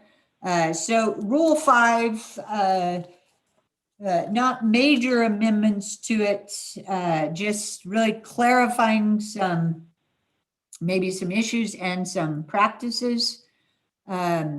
So just Rule 5A, the addition there is just a kind of moving language around, just emphasizing that a simple majority of the committee membership shall constitute a quorum. Rule 5B, that is new language, and it just clarifies an application of the code. It clarifies section 283 383E, excuse me, 183E, and that just speaks to a quorum shall be required to commence a committee meeting, but quorum shall not be required for the hearing of reports, which may be accepted by a simple majority of the committee members present. Now, this is, I feel like that this has not been implemented quite correctly. And so what it says is, and this is also in the code, a quorum shall be required to commence a committee meeting, but quorum shall not be required for the hearing of reports, which may be accepted by a simple majority of the committee members present. The way the code provision, and this, as I said, replicates the code provision. The way it would work is when you had a quorum, the meeting would start. Delegates could get off of the meeting when reports were being heard, and then those reports could just be accepted by a majority of the delegates who were hearing the reports. That's the way it was intended to work. The way it is working now, I have observed, is that reports are being given before the meeting is commenced because there hasn't been a quorum gotten. So I think there's some disconnect about how it should work and how it's been put in practice. And if we need to make an amendment here, that will require not only a rule amendment, but a code amendment. And that code amendment would be at 183E. Any questions before I move on to Rule 6? Vice Chair has a question. Thank you. Yes. Vice Chair Smith, go ahead. Thank you for the information on Rule 5. It sort of contradicts what was earlier presented, that the chair can call the meeting and cancel it if there's no quorum within 45 minutes. Now, when you go into reports, I know we love reports, and we can spend all day up to midnight on reports. So this report can continue and continue and continue. However, there's no quorum. And then at let's say we finally get a quorum after 45 minutes. Does that mean we just continue with the reports? That's it? There may be delegates coming on after the 45 minutes. How does that correspond to the Rule 5? Because it says roll call, quorum, and the chair has the authority to cancel the meeting at 45 minutes. However, as we all know, that reports will continue. That's my question, Speaker and Dana. Thank you.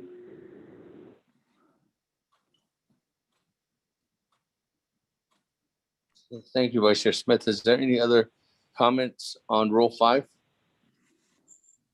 or questions?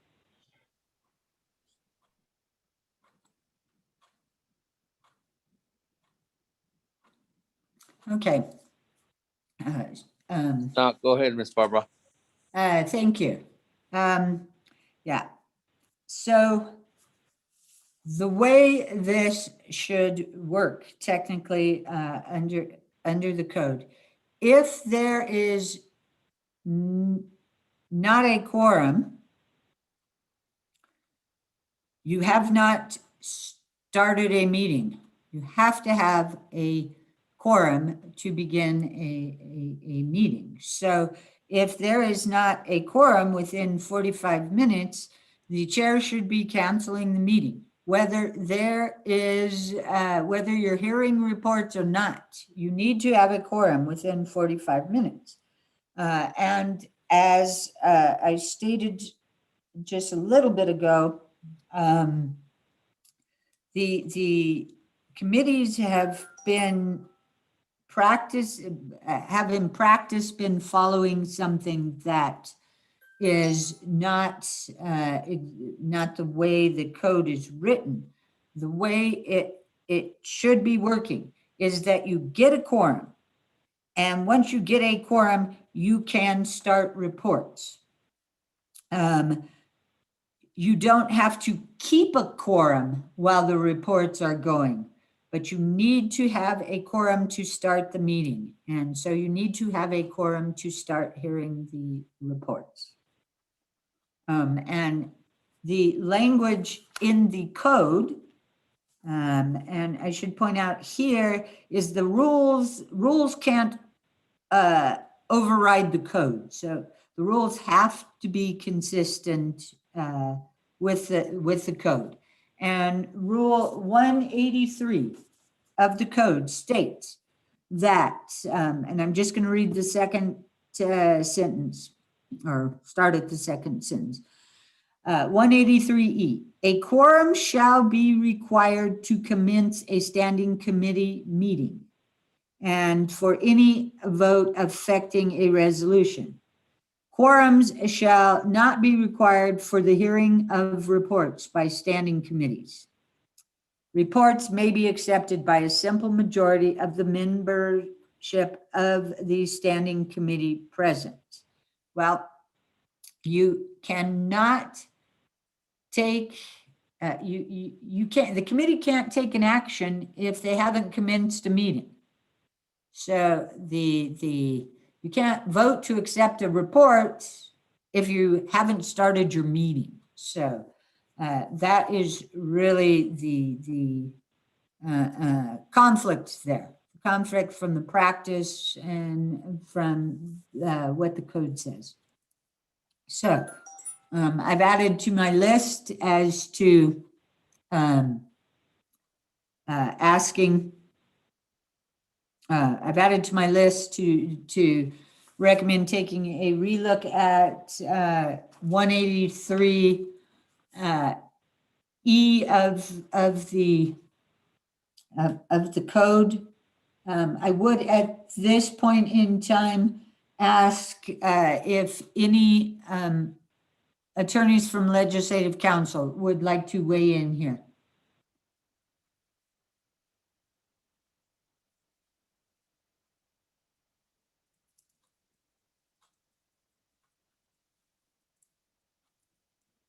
Okay, I take it that that is a no.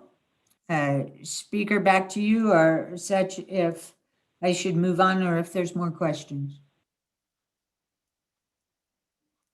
It's Kristen. I was muted. Can I ask a question, Dana? Sure. Gotta Go ahead, get Ms. Barbara. speakers, okay? Yes, go ahead, Ms. Law. Thank you, Speaker.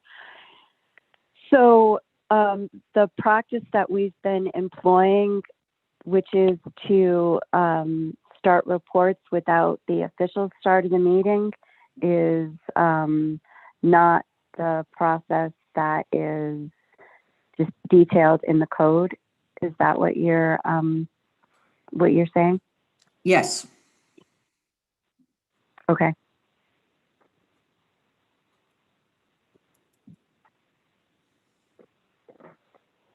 Speaker, I have another question. Okay, Vice Chair with that, Vice Chair Smith, follow-up question, go ahead. Thank you. Appreciate that clarification on Title II, subsection 183. So that is not the normal process of having reports. We haven't got a quorum, and therefore I know that committee members have been just jumping right into the reports and waiting for a quorum. So that's a no-no. Is that what is being said on section 183E, that we have to have a quorum in order to go? That's confusing, because in there it says a simple majority. You don't have to have a quorum to hear reports. So do we have, can you explain that, please? Thank you. Thank you, Chair. So, our Vice Chair. Okay. Go ahead, Ms. Barbara. I will try to, yeah, confusing, yes, it is. But, so the way this would work is, or the way this should work, is to commence a meeting, you have to have a quorum. So in a best practice or a, the way it would work is you would get a quorum, you would start your meeting, you can then start to hear reports. You do not have to maintain a quorum while the reports are given. When the reports are done, they could be approved by the majority of the members present. So that's how it would work in practice. First, you got to get your quorum to commence your meeting. Then you can hear reports. The workaround on that is that if there is not a quorum, you can informally hear the reports then when you did get a quorum to commence your meeting, you would then attempt to, during the meeting time, accept the reports. The only way I think you could do that is that what you would be accepting, you would go back down, even though you had just heard the informal report. You didn't have a quorum yet, you hadn't started your meeting, but so as not to waste time, you started hearing a verbal report. Okay, then you get a quorum, you commence your meeting, you still have the report listed on your agenda. I think you could accept that report as a written report and then go ahead that way. But as I said, you've got practices running up against rules here, or practices running up against the statute and the rules. I hope that's helpful. I'm certainly open to any other suggestions or better explanations. Thank you, Ms. Speaker, just Barbara. one recommendation. Hello? Speaker, this is Vice Chair Smith. Just a quick. Vice Chair Smith, go ahead. Thank you. I think it'd be wise to have our advisors on board too, to hear this. I don't know if they're listening in on this work session, because sometimes you go to various committees and they, like what Dana had said, we're not consistent. We just kind of interpret and kind of run our meetings at the wayside. I think we all need to be on the same page. Speaker, that's just a thought, and I don't know if the advisors are listening in, but not to say anything regarding how we conduct these, but I think we just need to be on the same level of understanding what's going on. Thank you, Speaker. Thank you for the comment, Vice Chair. With that, colleagues, any other comments, questions on Rule 5?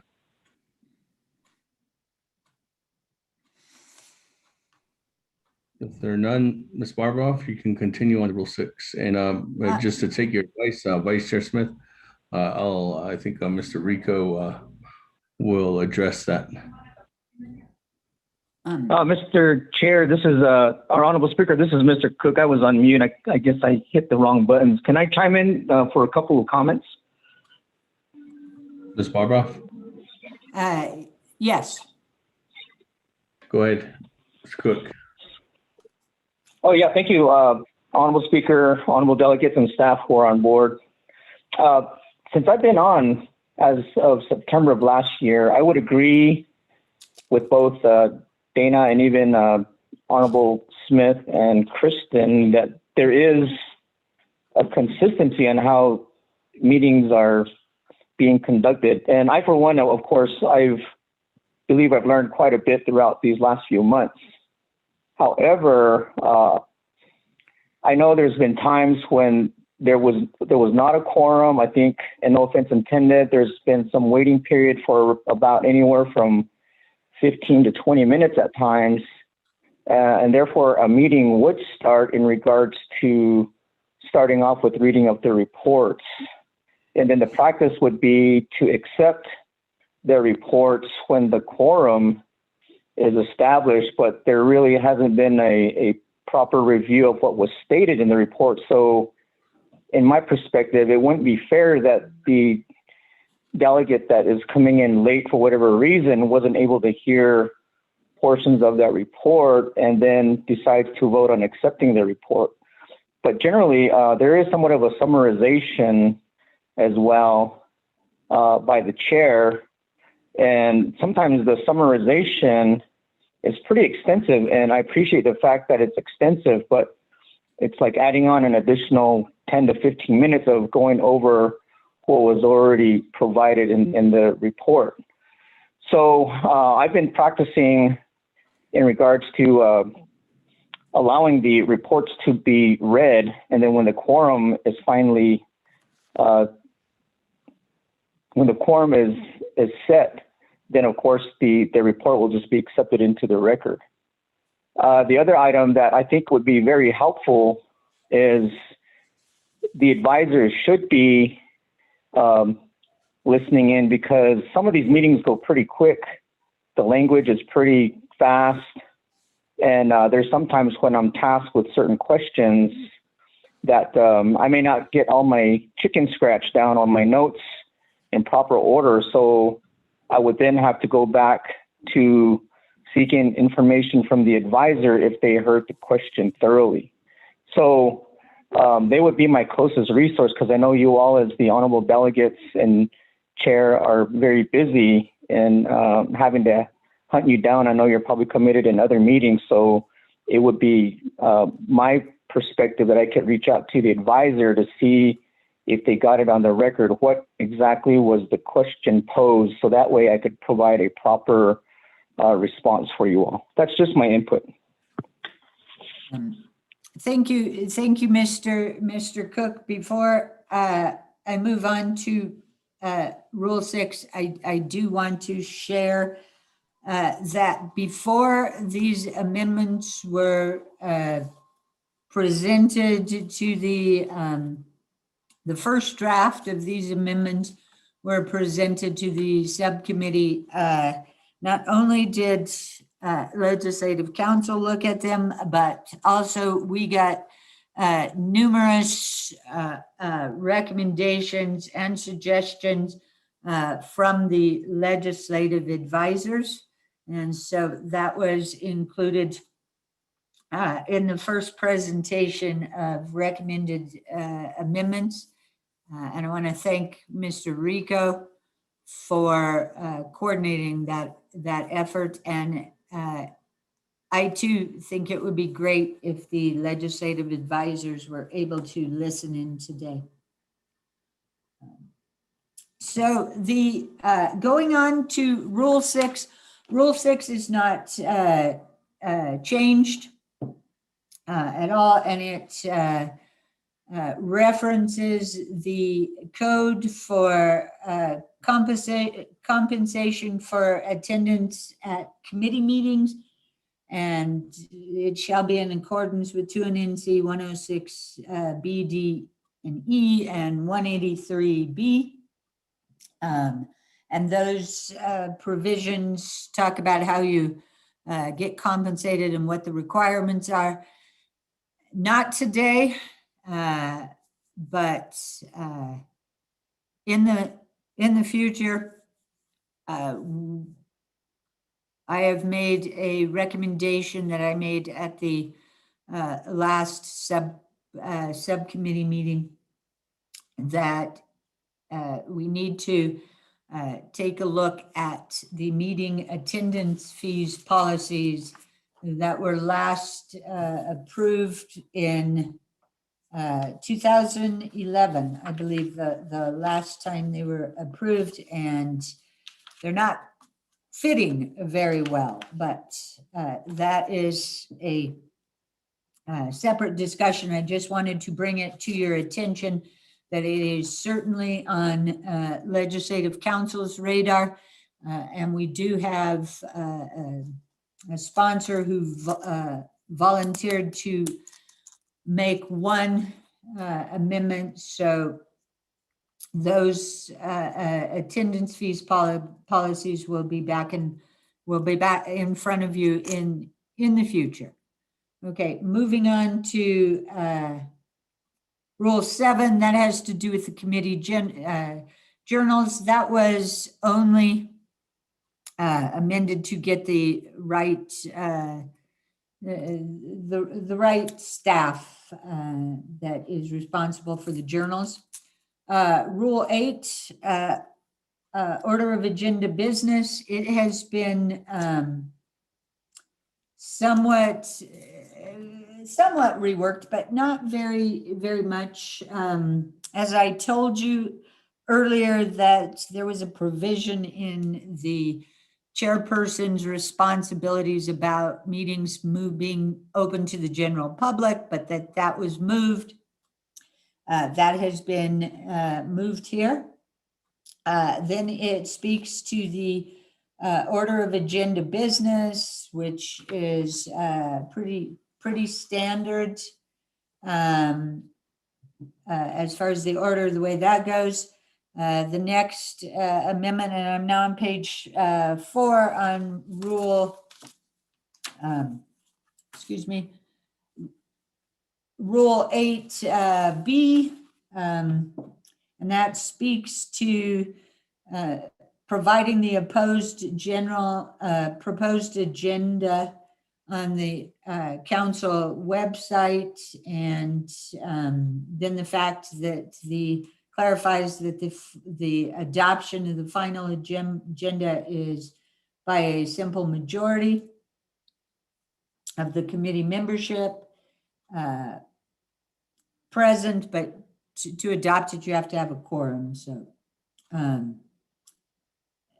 then the next section talks about the consent agenda. The one change is to ensure, and I'm going to read it to you, it's underlined, to ensure transparency, legislations added to the agenda through floor amendment shall not be included in the consent schedule. That is the same rule that we have been following at council, and that is just specifically that if you are adding a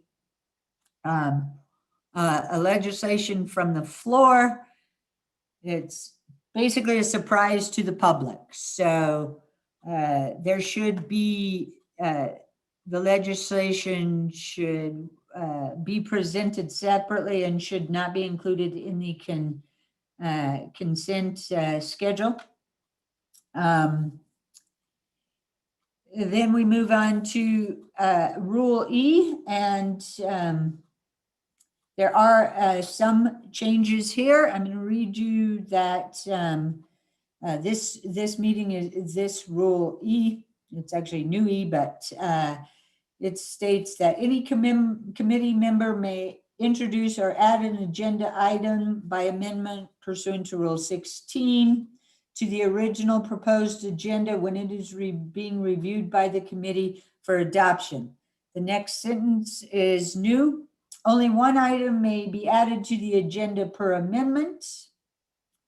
Then the next section speaks to legislations being added to the proposed agenda must have been assigned to the respective standing committee by the speaker, satisfied the public comment posting requirements, and be accompanied by a signed committee report if such legislation is forwarded from a prior assigned committee.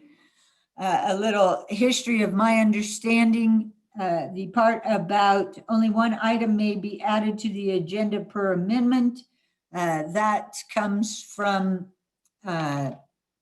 amendments which are attempting to add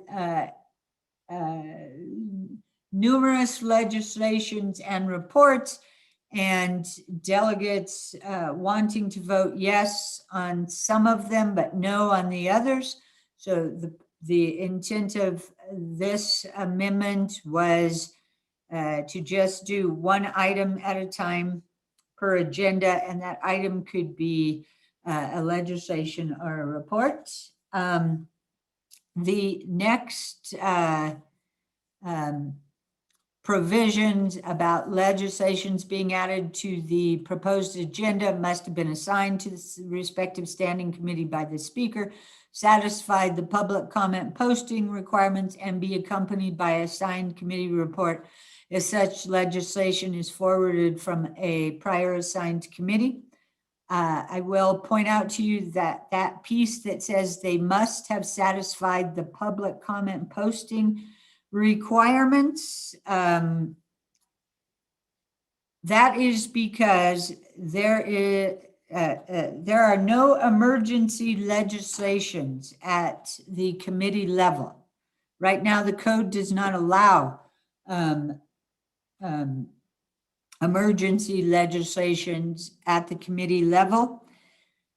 So all legislations that are going to the committee, being assigned to a committee, have to have met the public comment posting requirements first. They can't just go like at council. You can have an emergency legislation that gets posted on the website at 10 o'clock in the morning, and then it's added to the council's agenda at noon or at 10:30. Those are emergency legislations. That's why that is allowable. But because the committees, they do not have authority for emergency legislations. Now, as far as adding committee authority for emergency legislations, that is something that the subcommittee has been reviewing or has been proposed to them to amend the code, but to do that will require some revision to the code. The last real change on this page, on page 4, and to Rule 8 is H, a legislation may be withdrawn from the committee agenda and the legislative process by the sponsor without consent of the co-sponsor. That just clarifies a process that if the sponsor says they're withdrawing the legislation, a co-sponsor cannot stop them from having to do that. What the co-sponsor would need to do would be to sponsor new legislation. Speaker and Chair James, I'm going to continue to go on until you stop me. The next Rule 9 just clarifies the reading of legislation. I don't think, in the interest of time, I need to go over that. Rule 10 speaks to interpretation, and it really speaks to an interpreter, and that is the responsibility for interpretation is from the Office of Legislative Services, the assistant person assigned to the committee. So before I go into main motion, which I presume will have more questions or such, are there any questions about rules 8, 9, or 10? Okay, thank you, Ms. Barbara. With that, colleagues, as Ms. Barbara indicated, any questions?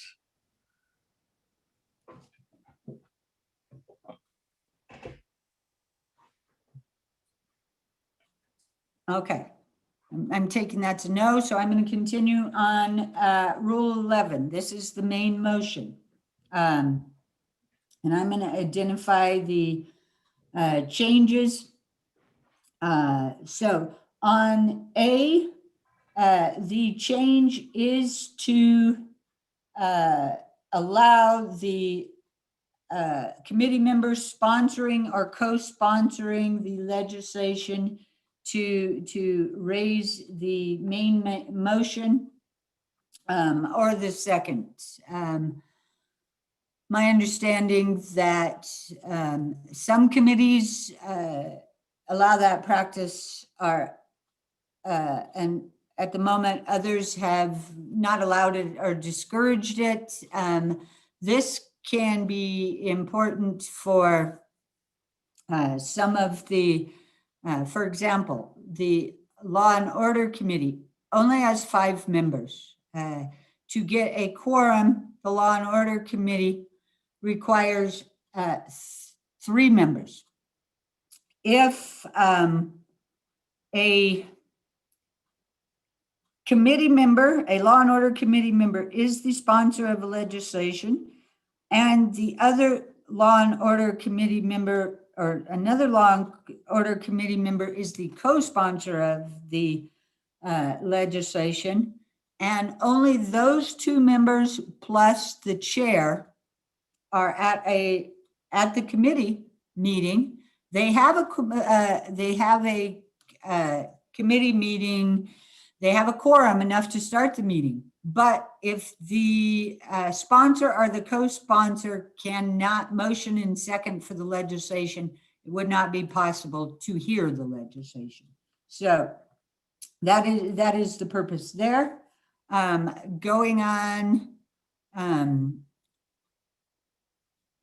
section B, if there is no second, the main motion shall be void and the legislation shall be automatically stricken from the agenda.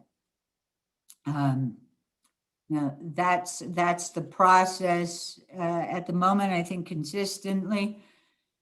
We're gonna elaborate somewhat on that in a little further in these rules, actually in C and D.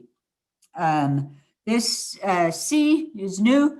It says if a legislation does not receive a main motion or a second at a committee without final approval authority, the legislation will move on to the next assigned committee or the Navajo Nation Council.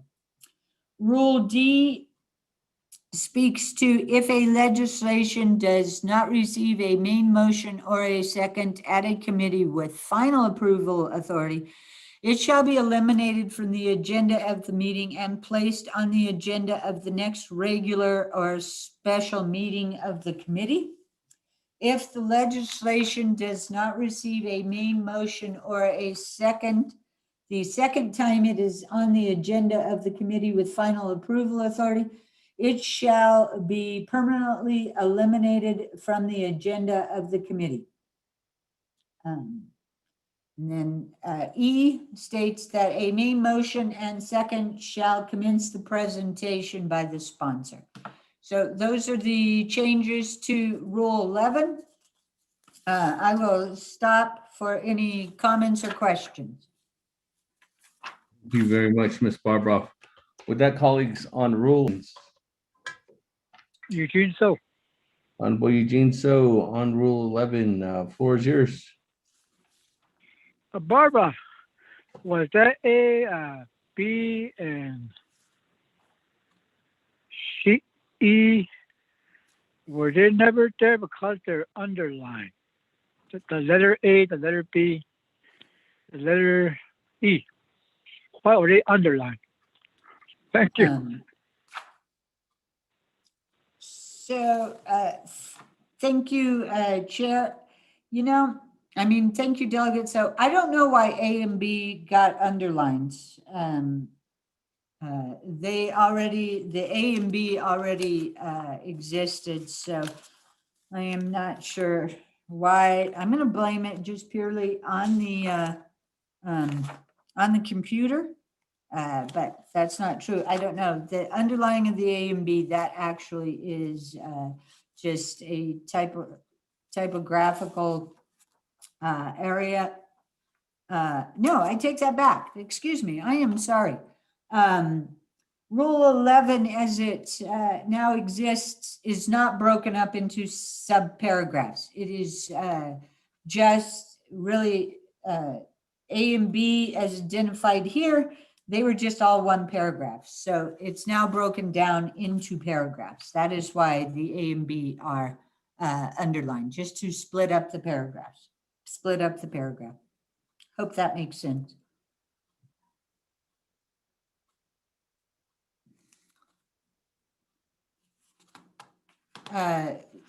Speaker, should I move on to Rule 12? No, wait, hold on. Honorable Eugene So. Yeah, that was my question. I was wondering why they were underlined, the letter A and the B and the E. Okay, thank you. Okay, all right. Here, I thought Vice Chair Smith's here. Blame the computer. I was hoping to blame the computer today. All right, with that, Vice Chair Smith, the floor is yours. Thank you, Speaker, and Dana, and those that are here with us this afternoon, or still this morning. The question that on D, Page 5. The legislation does not receive a main motion or second at a committee with final approval authority. It shall be eliminated from the agenda of the meeting and placed in the next regular special meeting of the committee.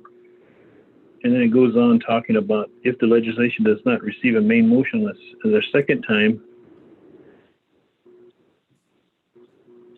on the agenda, the committee with final authority, it shall be permanently eliminated from the agenda of the committee. So does that mean the first time you tried it, the committee didn't give you a second or a main motion, it's eliminated, and then the second time, it's just completely gone for good? Is that what D is talking about? I thought that if you're not final authority, then it would go to the next committee. Is this a kill bill? Is this what this D is? Thank you, Speaker. Thank you, Vice Chair Smith. With that, colleagues, any other comments, questions? We'll go back to you, Ms. Barbara. Thank you. I need to emphasize that Section C speaks to what happens when you are in front of a committee without final approval authority. So if a legislation does not receive a main motion or a second at a committee without final approval authority, the legislation will move on to the next assigned committee or the Navajo Nation Council. So Section C is keeping that bill alive, or that legislation alive, so that it can move on to the committee or the council with final approval authority. Section D speaks to the committee with final approval authority. So if a legislation, let's just say Budget and Finance Committee is the final approval authority. If a legislation comes up in front of BNF, where their final approval authority, and it does not get a first or second, it's going to be eliminated from that day's agenda, and it will be placed on the next regular special meeting of the committee. If when it's on that agenda the second time and it does not receive a main motion or a second, then it is going to be permanently eliminated. So there is a difference between how not getting a first and second is handled, depending on whether you are at a committee with out final approval authority or you're at a committee with final approval authority. So the committee with final approval authority can kill a bill without voting on it, just simply by not pulling it up, not getting a main motion or a second 2 times in a row. However, a committee without final approval authority cannot kill a bill by not giving it a motion or a second.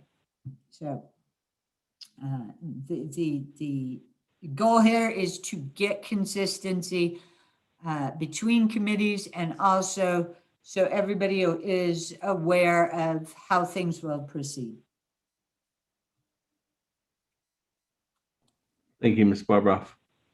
With that, colleagues, members of the Naabik'íyáti committee, and anyone who's joining us right now, or that's been joining us, or is just with us listening in, thank you very much. We are here at a Naabik'íyáti committee work session.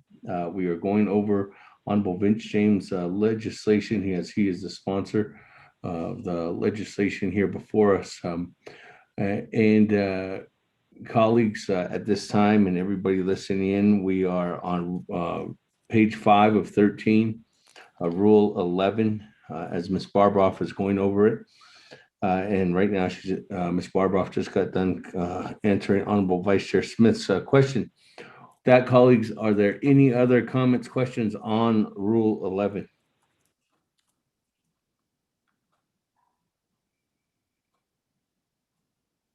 If there are none, Ms. Barbroff, if you can continue on to Rule 12. Thank you. Rule 12. Speaker, this is Vice Chair Smith. Rule 11 again, under B. Vice Chair Smith, go ahead.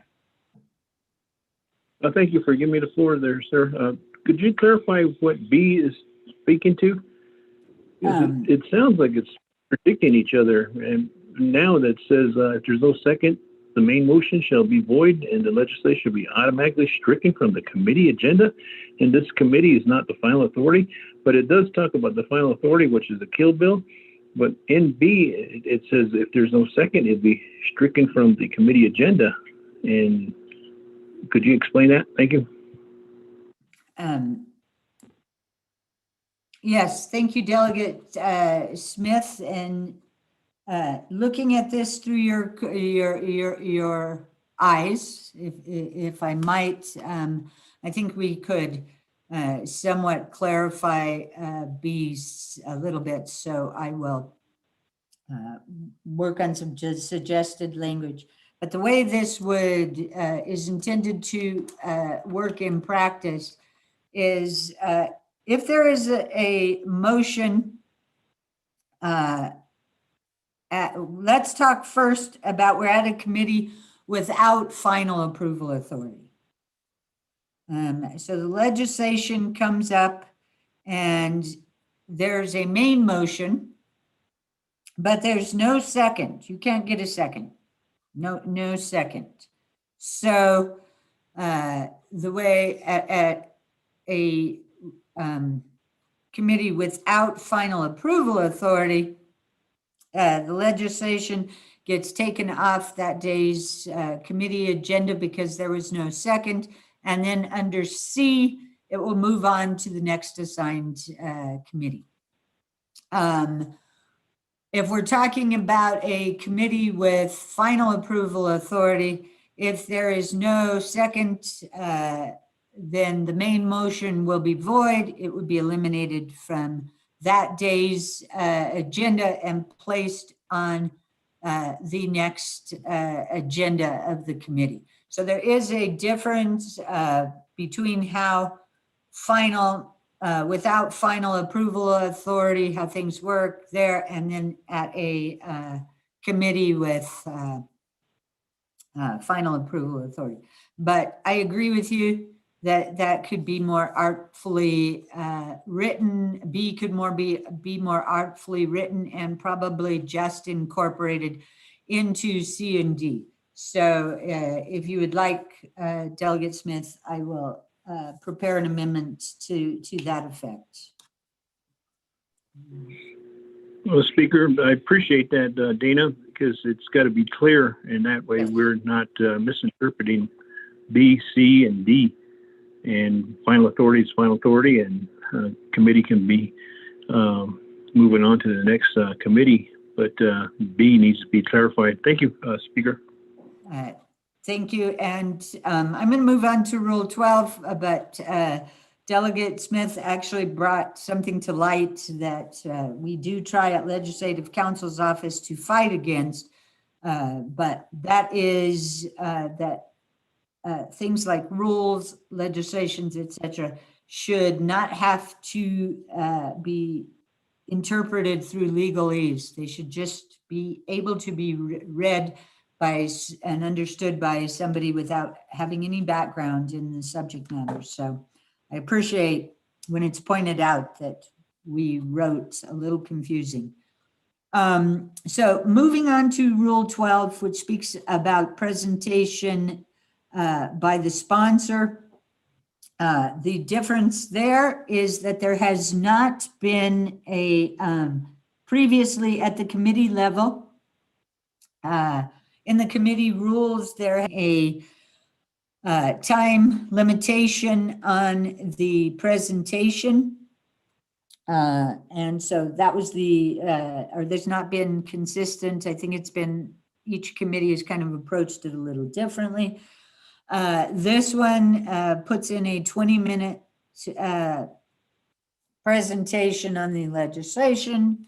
Of course, you know, committees can always say they want additional time. In addition,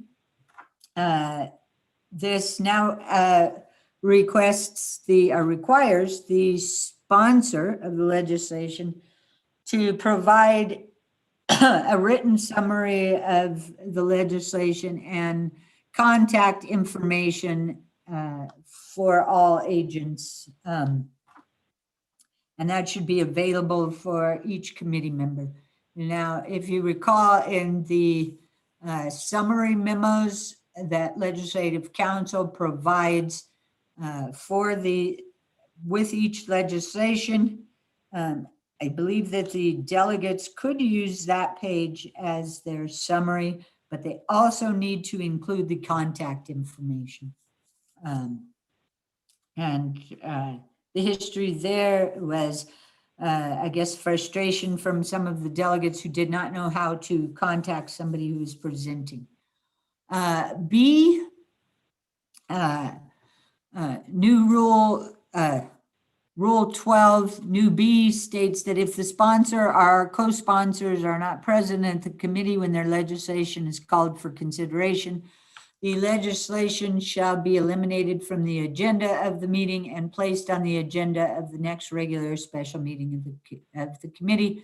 And that would apply to both final authority and non-final authority. I'm going to keep going until Speaker, you tell me to take a break for questions. Rule 13. Wait, Ms. Barbara. Okay. I just want to make sure there's no questions on that. Colleagues, any comments, questions? Speaker, this is Vice Chair Smith. I have a question on Rule 12. Let me go to Vice Chair Smith. Vice Chair Smith on Rule 12. Well, thank you, Speaker. Dana, on Rule 12, presentation by sponsors. This is not to exceed 20 minutes. It goes back to trying to get into the legislation and getting business done. It seems that the 20 minutes is quite a lengthy time. And when the advisors contact the folks that are going to be doing the report, or I'm thinking maybe this is just the legislation, but this is just basically, could it be dwindled down to 10 minutes? And if there's a need to exceed it, then that'd be up to the committee to say we need additional time. And most of the time you hear the legislation and it's read into record or it's provided. And if there's any concerns, sometimes it's just, does the committee have any questions? And if there's no questions, then they just go directly to the vote. But I think, would that be possible to put it down to 10 minutes, or at least that can be provided for the committee? Speaker and Dana, thank you.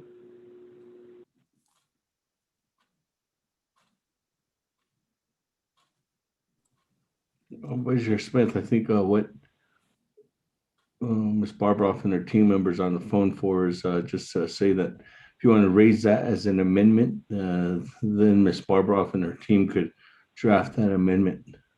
Correct, Ms. Barbroff? Yes, that is correct.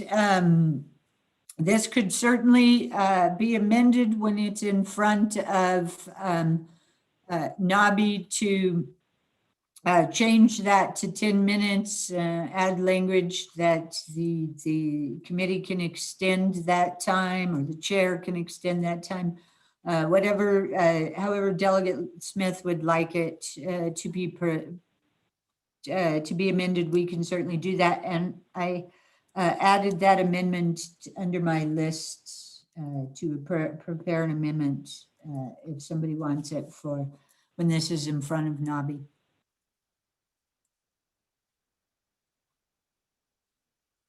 Thank you. Pat, colleagues, any other comments, questions on Rule 12? Speaker, Vice Chair Smith? Yes, Vice Chair. Go ahead. The floor is yours. Well, thank you. I'd like to propose that amendment. So if Legislative Council, Chief Dana could incorporate that. I appreciate that. Thank you. Okay. Will do. I have that on my list under your name now, Delegate Smith. Okay, I'm Speaker. Okay for me to move on? Yes, go ahead. Okay. The next is informal discussion.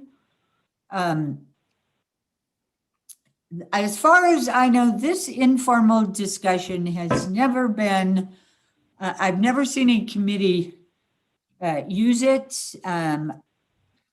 What this rule bumps up against is transparency. And so we wanted to clarify here that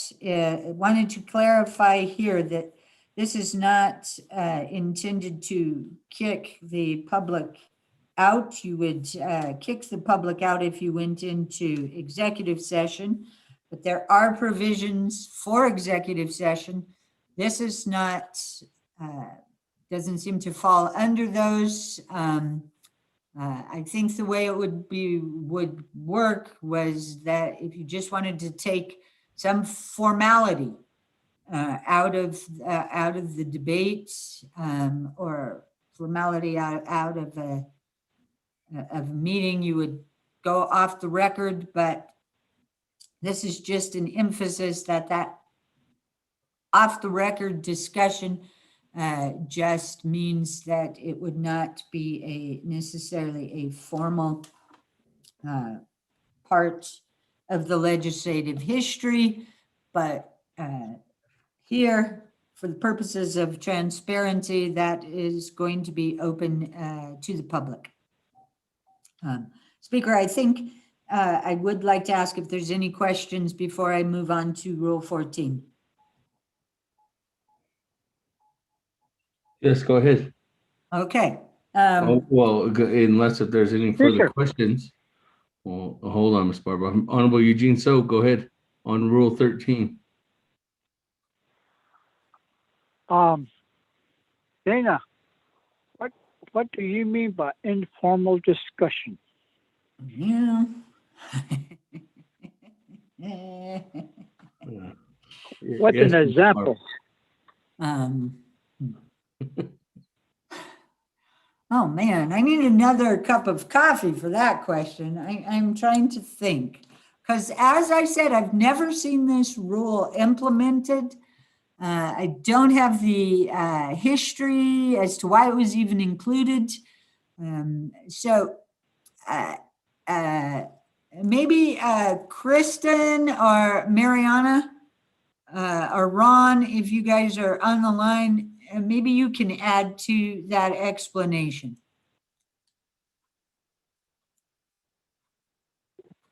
Dana, it's Kristen. Can you guys hear me okay? Yes. I have never seen that implemented either. I don't know if Mariana can provide a history. The only thing I've ever thought of is it would be something where the informal discussion was moved into, and it was more of, at least in my mind, this is, again, I haven't seen it used, but it would be more of a roundtable, more of an open-ended style discussion rather than a formal the rules are going to apply, and each person is recognized. So it's more conversational. At least in my mind, that's how I've thought of it. But certainly, if Mariana or Ron have seen it implemented in a different way, then hopefully they'll chime in. Thanks.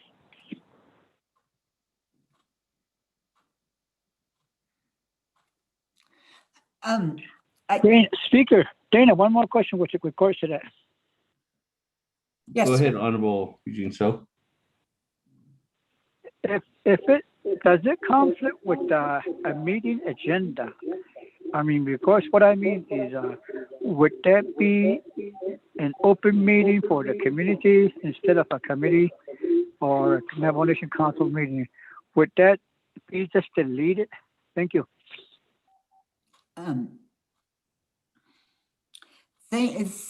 Thank you, delegates. The way this rule is set up would be that you were debating a legislation, and a committee's member said they wanted to go into an off-the-record discussion. So then you would stop the formalities of the meeting, as Ms. Lowell said. It would become more conversational. You would not be having to go through the speaker, or excuse me, the chairperson to get recognized to speak. So, you know, unless I noticed that you've got Office of Legislative Services staff. I apologize for putting her on the spot, but you also, I can see Shami Begay is. Dana, I'm here, Mariana. Okay. So if you don't mind, I'm going to let Mariana comment of her knowledge of this Rule 13. Good morning, members of the Navajo Nation Council.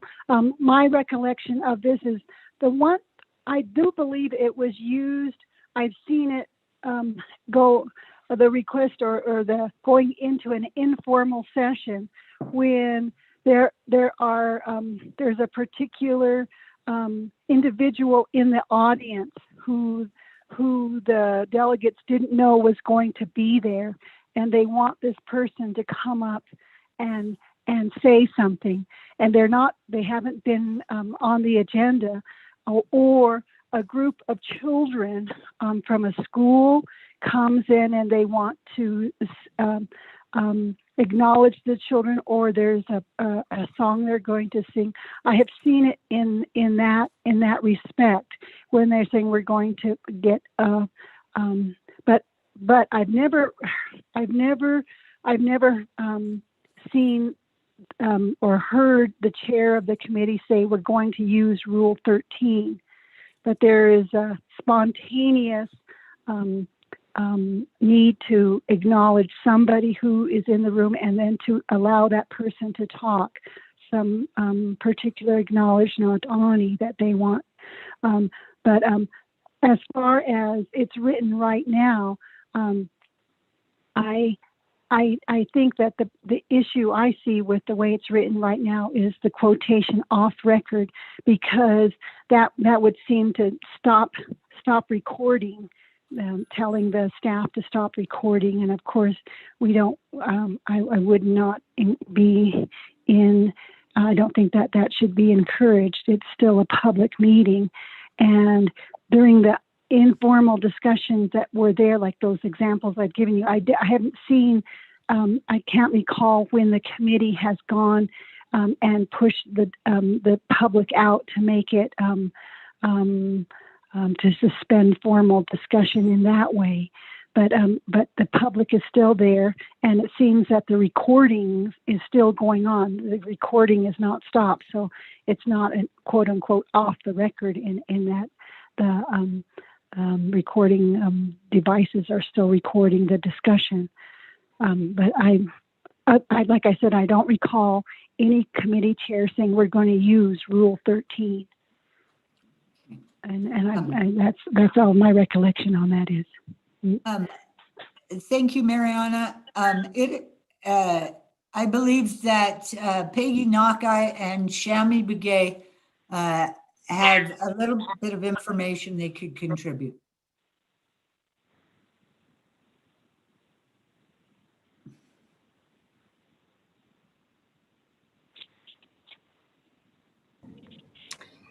Mr. Speaker, this is Peggy. Am I allowed to speak?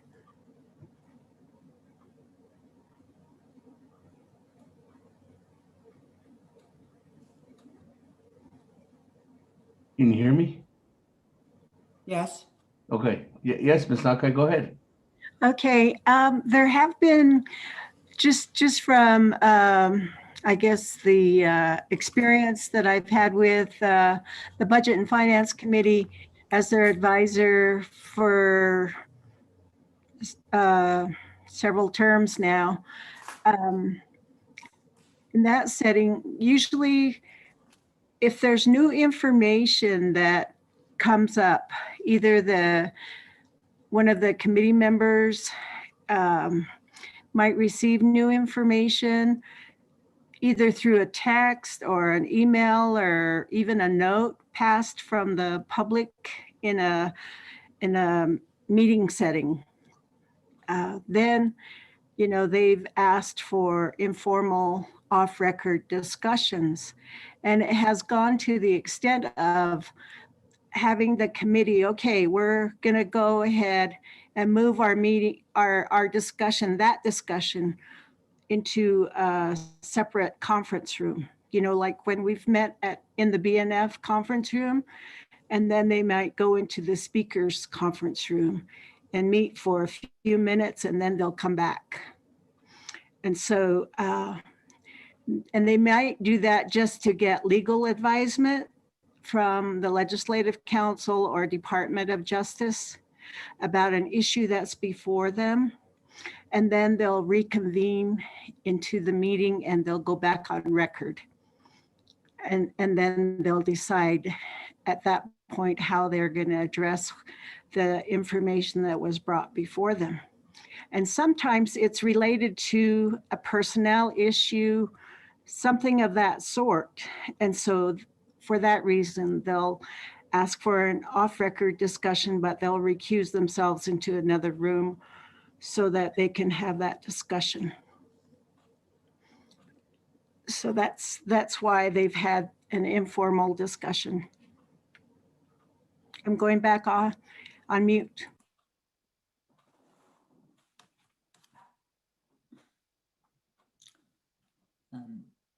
Speaker Shami Begay also may have some experience with this. Okay, thank you. Shami, are you on the line?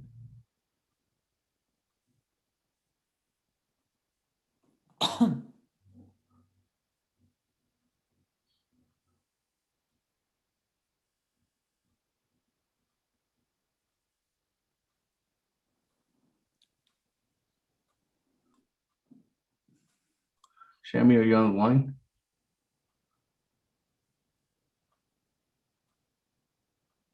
Okay. Okay, well, go ahead, Ms. Barbara. Thank you. Thank you. I will, as far as this goes, I will attempt to gather additional info and look to see if there could be any amendments made that might clarify this and also make it doable during online meetings. So that will require a little bit another look. I've written that down to go back and revise that. So I'm going to move on to Rule 14. That's debate. There's nothing other than. Dana, this is Delegate Charles Moore. Okay. All right, Ms. Barbara, let's go to Madam Chair. Good midday, Madam Chair. Floor is yours. Thank you, Shatilla, Speaker Damon, and thank you, Dana, for running through this. I know that we did have this lengthy discussion on Monday with the Title II Subcommittee. However, you know, in terms of this section here, I would like to recommend that if we are going to keep the informal discussion, which I honestly, I've never, I guess I never really thought about the informal discussion. But I know that that there have been a lot of questions regarding executive session and when council goes into executive session. So I think if we're going to keep the informal discussion, I'd like to, and I'll reach out to your office to do this, but I don't know if this is something we can include, but maybe like a definition or when council goes into executive session, that way it makes the distinction. And then even then, it does provide transparency to the people, because there's always questions about when we go into executive session. Thank you, Dana. Thank you. All right. Speaker. Thank you, Madam Chair. Let me go to Honorable Eugene. So on Rule 13. Yeah. I think underline. Is there a difference between informal and executive session? I think executive session that we did this morning, I don't think we should be opening to the people. Some of the things that they are just confidential, attorney-client. So I don't think the informal discussion is an executive session, but it would just prolong a meeting. That's how I would see it. If the public know about the Rule 13, they had a right to do what they want to do with every meeting that we're going to have. To be there or shooting some text to us, etc. So that's what I'm thinking. It's just going to take longer in a meeting. And on each legislation, we have 10 of them. Thank you. Thank you, Honorable Eugene. So with that, more comments as well. Ms. Barbara, I think I heard Honorable James on the line again. So I'll go back to Ms. Barbara and then back to on the closeout, Honorable Vince James. Ms. Barbara? Thank you, Speaker. There is a difference contemplated by this informal discussion and by executive session. And executive session is, there's many amendments to your executive session present, and that's in Rule 25, which we'll get to in a bit. But I do see the merit when we're looking at some amendments, but if council determines to keep this rule, to making sure we do that we distinguish that this informal discussion is not deemed to be considered or have to meet the requirements of executive session. Before I turn it back to Chair James, I want to just mention, I've gotten some texts that people wanted to speak, but they weren't sure how to get off unmute. And the way you do that is up, if you're on Zoom, up in the corner is a mute or unmute button that I think you can push. If I'm wrong about that, somebody correct me. Okay, I think I was back to Chairman James before I move on to Rule 14. Honorable James, I know you're texting me right now. What I meant is close out the discussion on Rule 13. Okay. Go on to Rule 14. So Honorable James, I don't know if you had anything else to add on Rule 13. Or as the overall sponsor of the legislation. I'll come back to you now at this time. Okay, Don. Speaker, and then Dana, legal counsel. Thank you very much for the information. We shall continue to move forward to the next rule. We do have several rules to go over with the committee, the members of the council. Thank you. Okay. Okay. That, Ms. Barbroff, well, let me go. Is there any more questions on Rule 13 at this time? If there's not, go ahead, Ms. Barbroff, on to Rule 14. Okay, Rule 14 is debate. There's nothing other than grammatical changes suggested there. Rule 15 is response to sponsors. There's no changes there other than grammatically. Rule 16 is the amendment to the main motion. The one change is on Rule 16F, and what that states is if the legislation requires final consideration by another standing committee, the adopted amendments shall be appended to the original legislation by overstriking the deleted language and underscoring the new language, and shall be incorporated into the proposed legislation presented to the subsequent standing committee. This is a major change in a practice and will add additional duties on the Office of Legislative Services, the Office of Legislative Counsel, but it will, while that may be, it will also be presenting a better document to the subsequent standing committee. So the way this rule would work, so if you're at, we'll just say you started at Hess and your legislation was going from Hess to Law and Order to NABI and then to Council.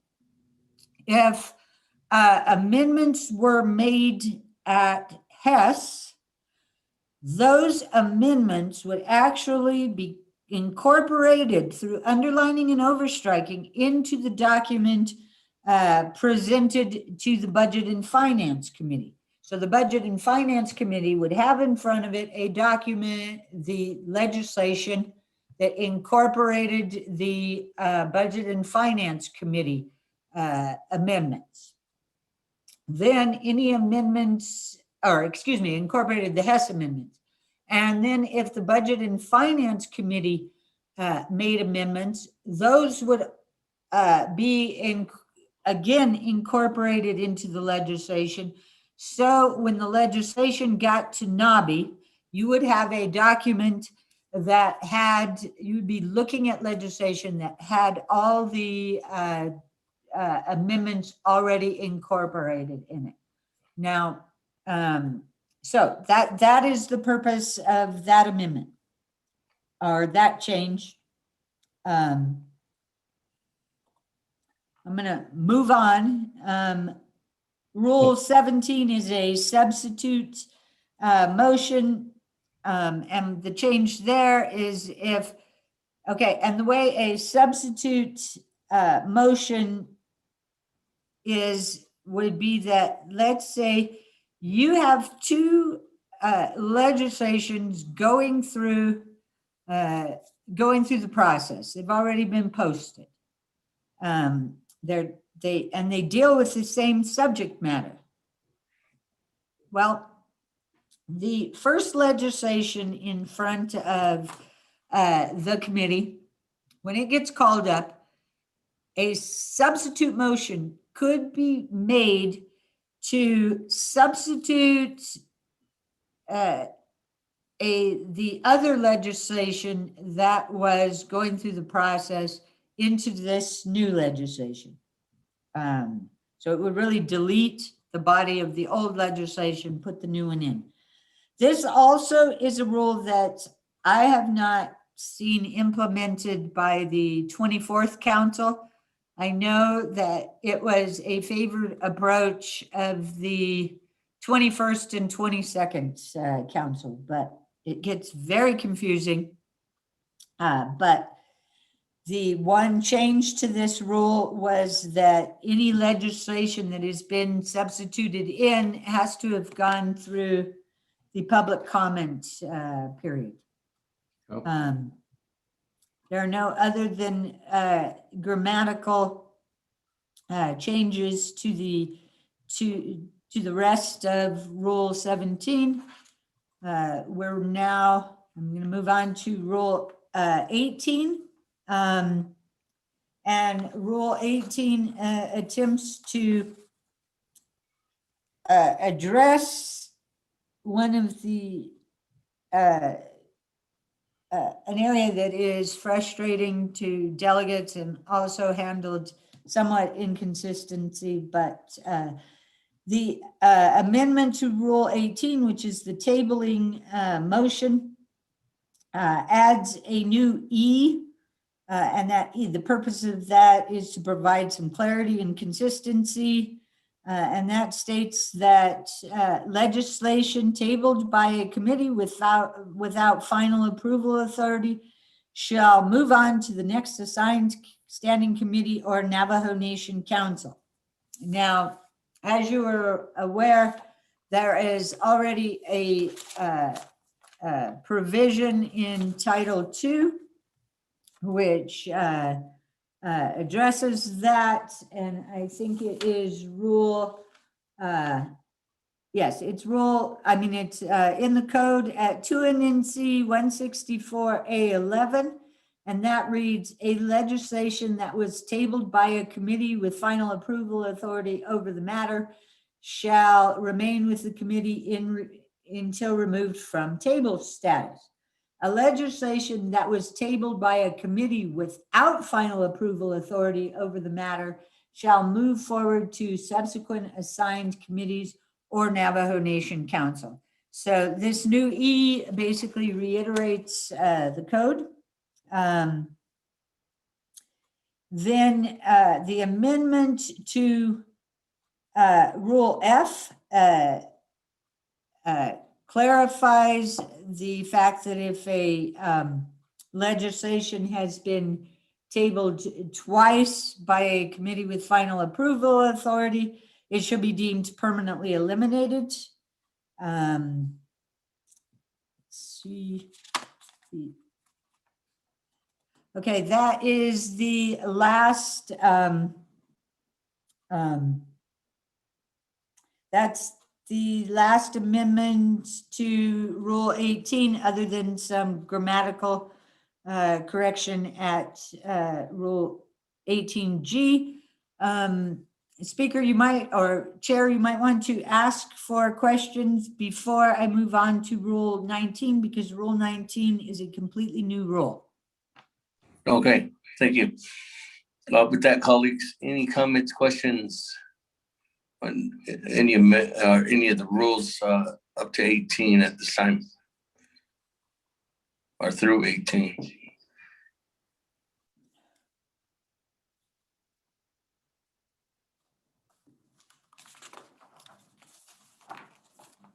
Is there none? Ms. Barbara, go ahead and continue on to Rule 19. Speakers, Vice Chair Smith.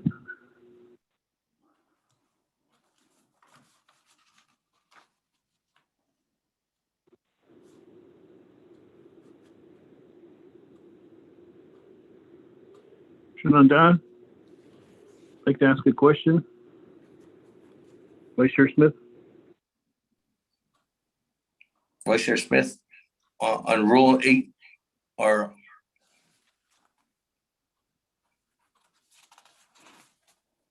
Vice Chair Smith, go ahead. What's your question? Thank you, Speaker. This is to Legislative Council.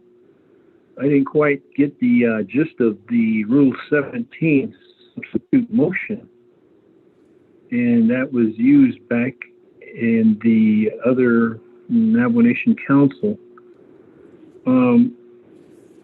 How does that actually work? Like, if you have a legislation there is a legislation that's going through and then you do a substitute motion and that legislation is no longer valid, or the substitute motion is to change it out and to do something else on behalf of that? Because this is, if the substitute motion is proposed legislation, it must have been assigned to the committee by the Speaker of the Navajo Nation.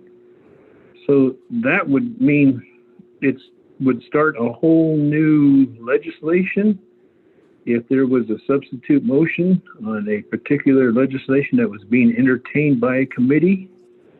Is that how this works, Speaker?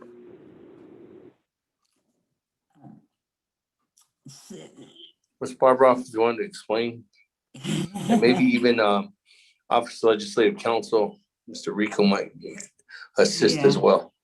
Okay. So to use a substitute motion, you have to have two legislations in the process posted that deal with the same subject. So the best example I can use, and unfortunately I don't remember the legislation numbers, but I'll describe them. So if you'll remember back, there was at one point in time that the council was in the committees, because it was going through committees too, was looking at a CARES legislation. The president's office also had, of course it was sponsored by a delegate, but the president also had his CARES legislation in the process at the same time. So I'm going to call one the council's legislation, the other the president's legislation. Both of them were distributing CARES funding. When the council's CARES funding legislation came up in front of a committee, a delegate could have made a substitute motion. That substitute motion would have taken the president's legislation and substituted it for the council legislation. And then it would continue to move forward. So in theory, in a practical sense, the amendment to do that, if you didn't have a substitute motion provision, the amendment to do that would be to delete basically all sections of the council legislation and underline all sections of the president's legislation. So it would basically be delete. The amendment would read this way: if you did not have the substitute motion provision.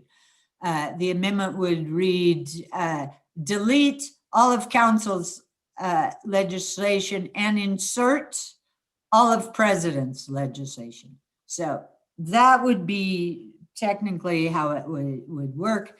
I don't know if that was a good explanation. So right now I'll turn it over to Mr. Rico for a better explanation. Mr. Rico. Thank you, Speaker. Thank you, Dana. That was pretty good. It's basically just replacing the legislation. The only comment I would want to clarify here is, I know it mentions the public comment, but however, with the 23rd, and I don't recall exactly which legislation it was, but they did do a substitute motion, but they introduced the substitute as an emergency, which I believe is acceptable. Correct, Dana? Yeah. I don't know. That's pretty fact specific. We would take a look at it. I suppose you could. And if it was emergency legislation, an emergency legislation meets its public posting requirements the minute it is put on the website. So yeah, technically, I think you could do that. I have a question, Dana, Mr. Speaker. Mr. Rico?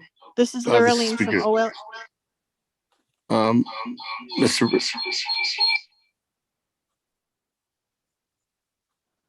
Rico, can Mr. you Speaker, can get you hear me? a couple of examples that were passed in the 23rd Council?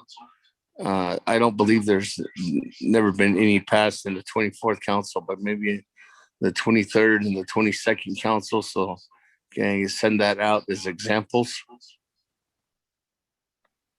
Mr. Speaker, yes, we'll get something together and we'll send it out to the delegates and legislative staff. Okay, and just as a recommendation, I think a couple of the last ones I do remember that were substitute motions in the 23rd was former Chairman Jonathan Hale did a couple of substitute motions on some of the position statements regarding at council for position statements that were on supporting bills or amendments at the Arizona legislature. So that might be some helpful assistance in looking for one of those substitute motion legislations. Okay. Mr. Speaker, can you hear me? Yes. This is Lurleen from Office of Legislative Counsel. I have a quick question of Dana. Ms. Barbara? Yes, Lurleen. Is the intent that the substitute motion be the same subject matter, be similar to the motion that is going to be substituted? If so, should we put language in there to that effect? That was a good question, Lurleen. And yes, it needs to be the same subject matter. Because if it's not the same subject matter, then you get into all kinds of changing the intent questions. So yes, I will add that. Actually, I will assign that to you to provide some proposed language to speak about being the same subject matter. Thank you. Speaker, Eugene So. Okay. Thank you very much. With that, Ms. Barbara, let me go on to Honorable Eugene So. Honorable Eugene So. Yeah, regards to the substitute motion, that is clearly understood by my thinking head. But one question is, it always pertains to the same, almost the same legislation, what it's saying, but just changing here and this and that. But how many percent of the legislation language, like if you put a legislation down and then there's might be a lot of amendments to change this and that, but instead of all that, you have a legislation that can substitute that with all the amendments within that legislation. That would change the whole the legislation, the whole wording. So to change it, if you're going to put amendments, let's say 20 amendments on there, that automatically means that it's changing the whole legislation. So if that happens, that would be a substitute motion. You can draft a legislation with all the amendments, and would that be a substitute?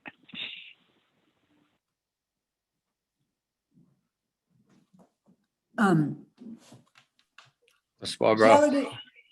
Delegate, so what would happen? We'll say the first legislation that was in front of was being debated by the committee. Maybe the prior committee made amendments, which are now incorporated in the legislation. If a substitute motion is made, the first legislation and its amendments go away. They're gone. Everything in that legislation basically goes away, and this new legislation is substituted in its place, and the amendments will be made to the new legislation. I hope that answered your question.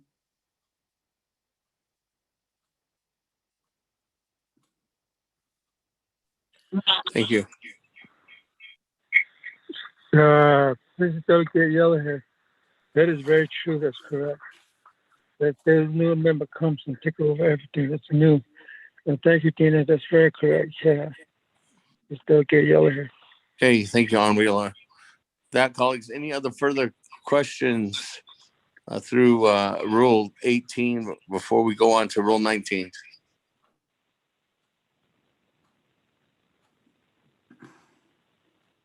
Speaker, can I ask for a request for a break? We've been on since 7 o'clock this morning.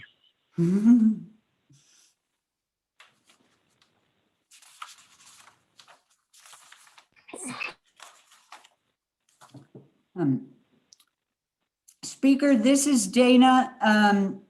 I think that, of course, it will be dependent on questions, but I believe that I can get through the rest of the rules in 30 to 45 minutes.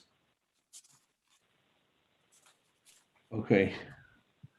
Honorable Eugene, so is that you're the only one that requested for a break? Is that good if we get done by 1? Because I know that I do have text messages from colleagues saying that they do have other meetings scheduled this afternoon too as well.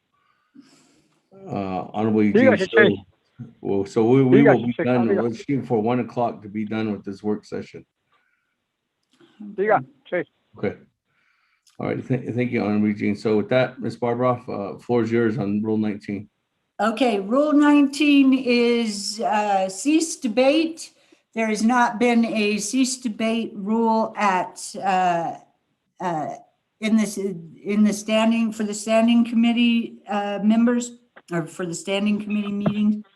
And this rule is basically the same as with council, in that any committee member except the presenting sponsor or co-sponsor. So if you're up there being the presenter, you cannot motion for a cease debate.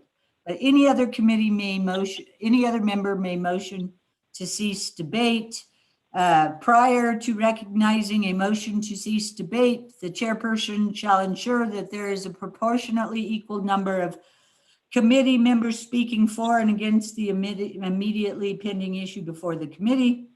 And the purpose of the rule is to ensure the debate is balanced between those that are for and against the issue. A motion to cease debate is not debatable and requires a two-thirds vote of the committee members casting a vote to carry. And as I said, it mirrors the council rule. Rule 20 speaks to the process in your rules. In Title 2, Section 700G, which is the Naabik'íyáti plan of committee's plan of operation, it states that NABI can refer any legislation or report it on its agenda to any standing committee having oversight of matters within the legislation or report for further deliberation by the committee. And this rule speaks to the process. B, any member of the NABI committee may motion to refer legislation or report before the committee to a standing committee after a main motion has been established. The motion shall specify the committee to which the referral is made and shall specify the action to be taken and the time allotted. The motion to refer shall be seconded and is not debatable. D, a majority vote of the members of the Naabik'íyáti committee casting a vote shall cause the motion to refer to carry. E, legislation which has been referred twice shall be permanently eliminated from the agenda of the Naabik'íyáti committee. And then F, legislation which has been referred shall be taken up by the committee, by the Naabik'íyáti committee on motion, which shall be seconded and adopted by majority vote of the members of the Naabik'íyáti committee casting the vote. Any legislation which has been referred but which is not taken up by the Naabik'íyáti committee in the matter set forth here or within the time designated in the referral shall be deemed to have expired and shall be permanently eliminated from the agenda of the Naabik'íyáti committee. And so this rule, it only applies to referral from the Naabik'íyáti committee, or the only committee that has that that straight referral authority. And it just breaks down the process. And the inclusion of this specific rule was recommended in the first instance by the Office of Legislative Services, the legislative advisors, and I want to thank them for that. I think it was a good addition. Speaker, what I'm thinking is I'm just going to continue until once again to tell me to stop. Rule 21, that's the point of order, and that's kind of the attempt is to clarify the point of order. A point of order has always been in your rules, but it has not been particularly clarified. So under Rule 21A, if a motion, procedure, or remark appears to lie outside the established bounds of the committee, it shall be the right of any committee member to question the propriety of it by raising a point of order, which concisely states the rule or procedure being violated. A point of order shall not be used to engage in additional debate. One of the things that has not been included in the rules prior is the part about you have to concisely state the rule or procedure being violated. And now I'm going to be the committee member raising the point of order shall immediately bring it to the attention of the chairperson without waiting for recognition and may interrupt the speaker or a vote in progress.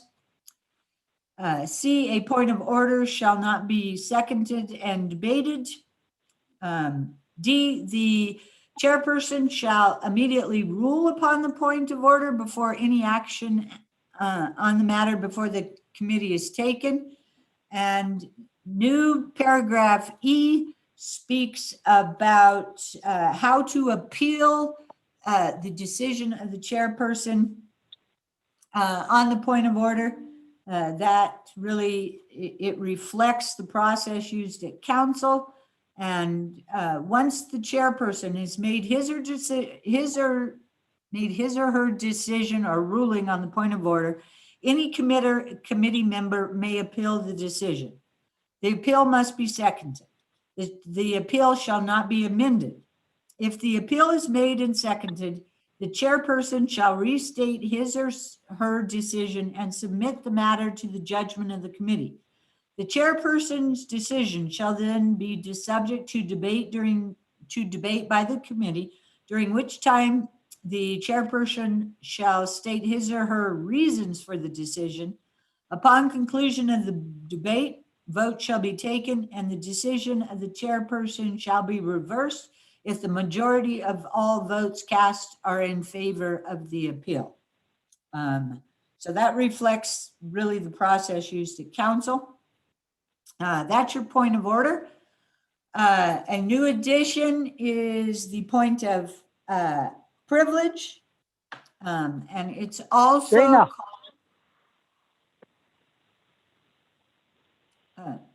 Speaker, I think I heard a question. Okay, we are Dana. at the end of Rule 21, which is a point of order.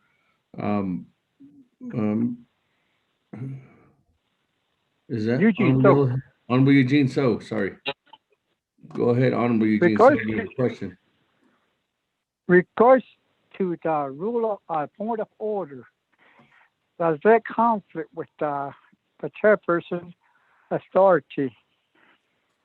I believe the point of order would be as said if it's going off track. That's how I think the point of order should be raised. And also, if it's not by the what rules we're talking about now. But it's in the authority of the chairperson to make that decision, not overriding the chairperson. I believe that section should not be there. That's my personal opinion. Thank you. Okay. Delegate Eugene So, I will prepare an amendment for you that you can present at NABI. So I'm writing that down right now. So the point of privilege is a new part of the of your rules. It's new Rule 22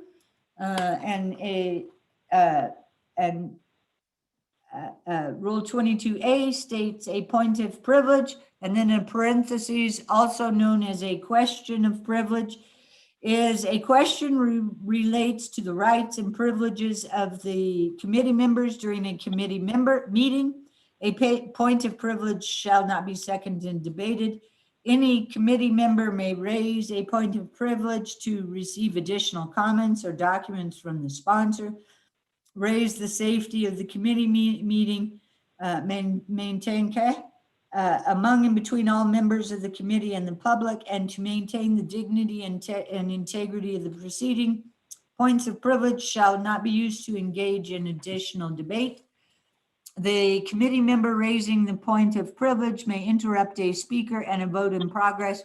The chairperson shall immediately address the point of privilege before proceeding with the committee meeting. As you will note, there is no appeal as far as the chairperson, how the chairperson addresses the point of privilege. Rule 23 is... Ms. Barbara, hold on. Let me check just to make sure. With that, up to Rule 22, any comments, questions at this time again?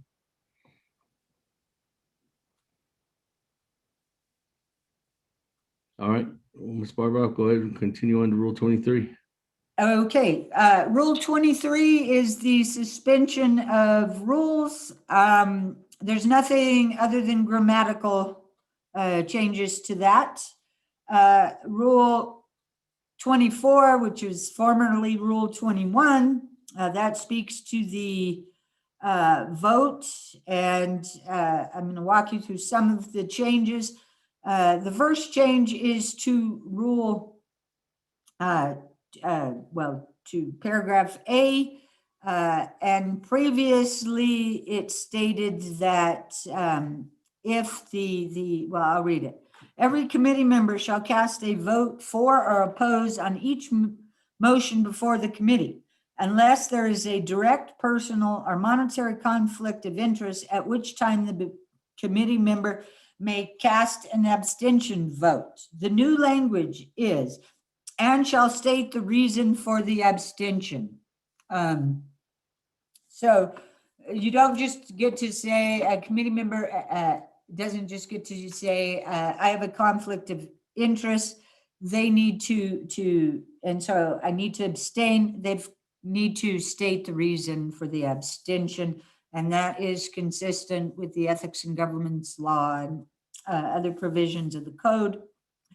The amendment to Section B is really meant to address voting done through oral enunciation. So each committee member that votes needs to announce their vote. We do allow, you can text in your vote, but then it does get read into the record. This is I know that the 24th Council, I think when you came in, the change had already been made, but prior councils, they, when the vote was taken, delegates could just raise their hand, and then the legislative advisor would say, 4 in favor, 1 against, however that went. But the public was never informed, and others who voted how. So now you have to orally announce that. And then the next change is having to do with, that's to change D, and that really is to address the teleconference meeting, and that was the rule as originally read: voting by proxy or by any method by or on behalf of any committee member who is not physically present in the meeting place shall not be valid or permitted. The change adds to, it would now read, who is not physically present in the meeting place or personal answering roll call on a meeting held through teleconference. So that's just to address that no longer always physically present. Rule E, 20, paragraph E is new, and that really goes to electronic or telecommunication malfunctions. And that reads, whenever there has been an electronic or telecommunication malfunction, the chairperson may call for a second vote or re-vote on the motion or rule on the malfunction if it was brought to the chairperson's attention through a point of order. A point of order raising an electronic or telecommunication malfunction shall be made immediately and before the chairperson recognizes another motion.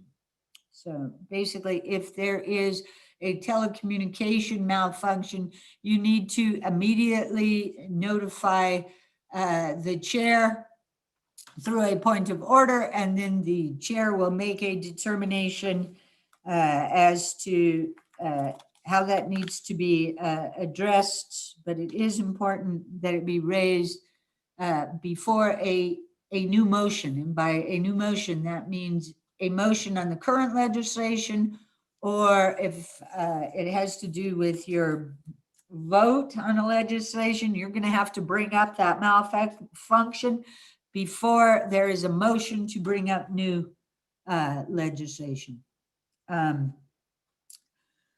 Rule 25. Real quick, Vice Chair Smith. Yes, up to Rule 24, which was the vote. Vice Chair Smith, go ahead. Thank you, Speaker. On the item C, letter C, it says the chairperson shall direct recording of the final vote count before consideration of any further committee action. And then over here, you talk about E, a point of order raising an electronic or recognized as another motion. But then over here, C says that it should be final count before we even go to the next action, like another legislation or old business or something to that effect. So C is kind of contradicting with what E is doing here. If the chairperson says this is the final vote, And then we can't move unless the chairperson says this is the final vote to continue for committee action. Chair, Speaker, back to Dana on that question. Thank you. Okay, thank you. Well, let me go back to you, Ms. Barbara. Thank you. What has happened is, and this goes to identification of when the malfunction took place. So a delegate may not know that their vote was recorded wrong until the chairperson directs the recording of the final vote. And it does say shall direct recording of the final vote. So as the recording of the final votes are done, that is where it has come to the attention of delegates that there has been a malfunction, that their vote wasn't recorded because their call dropped, or it was too staticky, or it was heard wrong. So that goes into the delegate then has a responsibility to immediately notify the chair. After that is taken, the chair has an option to direct sorry, it just dropped my document. The chairperson could call for a second vote, a revote to address the vote on that was deemed that where there was a malfunction. But I can see, Delegate Smith, why you think it could be read as some inconsistencies. So I will make sure that we have an amendment ready for you to erase any of those inconsistencies. Chair, Speaker, Vice Chair Smith. Thank you for that, Speaker, and also Dana. The other one too is I think that it should be addressed in here under D, or personally answering roll call on a meeting held through teleconference if they are not available. I know that some delegates would be in an area where they can't call in right away, but they can text in. Could that be also inclusive in this, saying that delegates will be counted as a vote? Because I hear that sometimes on the count saying delegate has voted on this issue and it's by text. Would that be something to incorporate in here to cover our bases of voting? Thank you, Speaker. Yes, that would be helpful, and we will add that to the amendment we are going to prepare for you for the paragraph above. So yeah, we can amend C and D to allow for that. And okay. Make sure we have appropriate formalities in place. Great. Okay. Colleagues, any other questions on the Rule 24?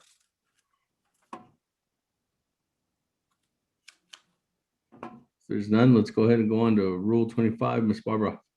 Okay, Rule 25 speaks to executive session, and it clarifies some things about executive session. So there's a fair number of amendments.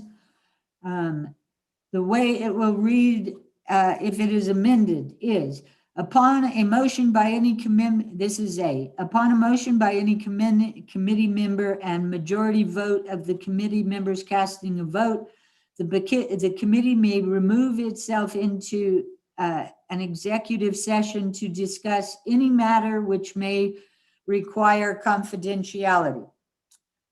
B, only executive sessions discussing legal issues and attended by Office of Legislative Counsel and or Department of Justice attorneys and their respected clients shall be protected by attorney-client privilege. Oops, have a little grammatical error. I got two B's there. So the second B, or what should be C, the chairperson shall direct the meeting place or teleconference line to be cleared except for members of the Navajo Nation Council and such personnel as the chairperson or legal counsel, if the matter is attorney-client privileged, may deem necessary. C, which will be D, says during the executive session discussion, there shall be no recording and the doors or teleconference lines shall remain closed. And then a final new paragraph, which is labeled E, but should actually be, which is labeled D, but should actually be labeled E, says that no substantive action shall be taken during an executive session. When the committee exits the executive session, the chairperson shall briefly summarize, without violating attorney-client privilege and confidential information, for the record, the matter that was discussed in executive session. So the purpose of these rules is to flesh out some of the executive session procedures, but is also intended to provide notice not only to the delegates but to other employees, officials, that the only time what you say in executive session, the only time it is going to be protected from, say, discovery in a lawsuit is when it's attorney-client privileged. If it is not attorney-client privileged, then it is not protected from discovery. So what happens is that if personnel, maybe it mostly comes up in when employees have a personnel issue that they wish to bring to the attention of the committee, and the committee determines that because it's a personnel issue, they should go into executive session. The only time that executive session will be protected from being discovered in a court of law or an employment grievance is if the legal counsel is in that executive session, and it won't be enough to have just legislative counsel in that executive session. You're going to need the Department of Justice. Why? Because legislative counsel's clients are only legislative branch employees and officials. We don't actually have an attorney-client relationship with Navajo Nation employees in the executive branch. So let's say a Navajo Nation executive branch employee presents information to a committee about their employment dispute, and DOJ is not on the line on that call, because DOJ's clients are not only the executive branch, but also counsel, of course. So if DOJ is not on that call, then opposing legal counsel in the employment dispute could subpoena not only the employees, but the council delegates to share what was said in that discussion. So there's not an easy solution to this, but I just want everybody to be aware that's how it works. So before we take questions, I'm just going to finish up the last through 3 rules. Rule formerly 23, now 26, just speaks about special meetings and the fact that the agenda for the special meeting shall not be posted on the website until the request for the special meeting has been approved. Rule 27 speaks with about adjournment, and that speaks to adjournment by motion of the committee, not by discretion or not by action of the chair when the because the agenda has been complete. And then Rule 28 speaks to amendments to the rules, and that they will be approved by council if you want to amend these in the future. So Speaker and Chair James, that I've been all the way through all of Title II subcommittees proposed amendments to the rules. Thank you. With that, colleagues, from on the last portion of the rules, is there any last questions before I hand it over to Honorable Vice Chair James, or Honorable Chairman James? Speaker, question, Vice Chair Smith? Yes, go ahead, Vice Chair Smith. Thank you, Speaker. On the special meetings, how does that work with the leadership meetings? Is it also in the title that we have leadership meetings? Or what's the explanation on? I know that there's meetings, committee meetings, but then there's the leadership meeting. That's my question. Thank you.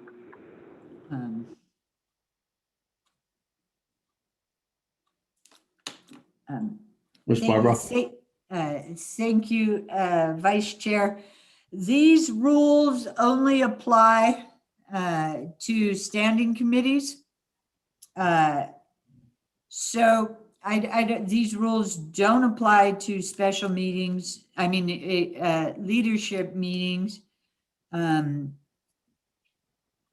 So that's not the intent. We can certainly clarify that, but leadership meetings are a whole different discussion that we will need to have. And I don't know if you recall, but that earlier on, I spoke to the fact that we needed to have some questions, to have some discussions. They would need to be attorney-client privileged about updating the meeting fees policies.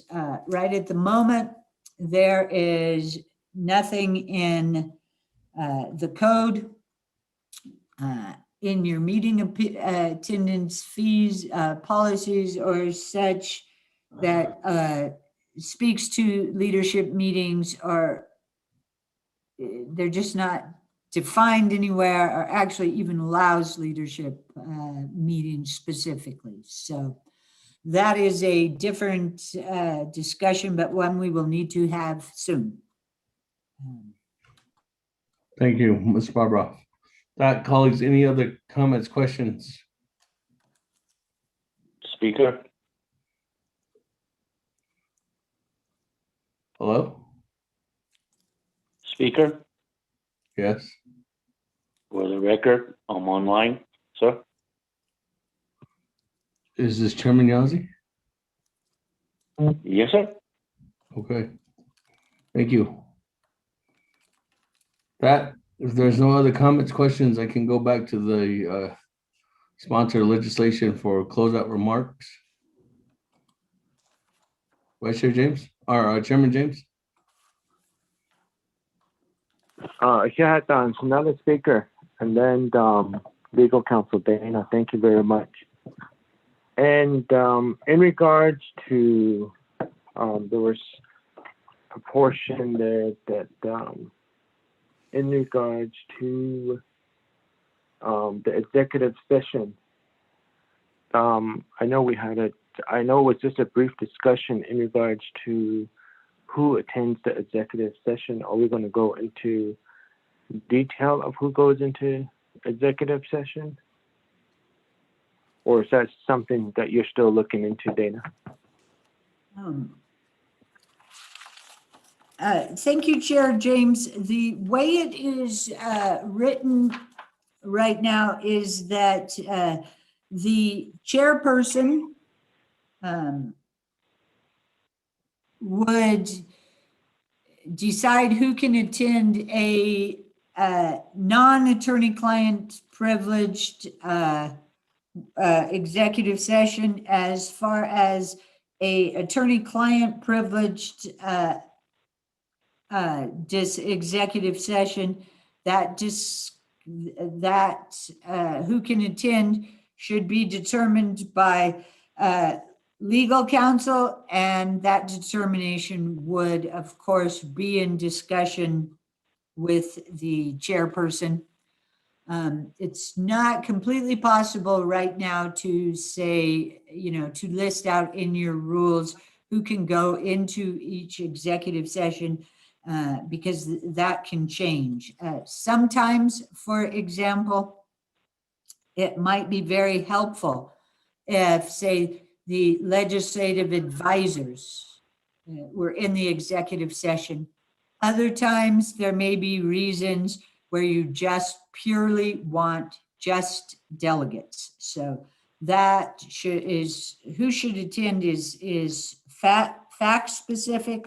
So the way it is written out right now is that the chairperson or legal counsel will determine who can be on the executive session.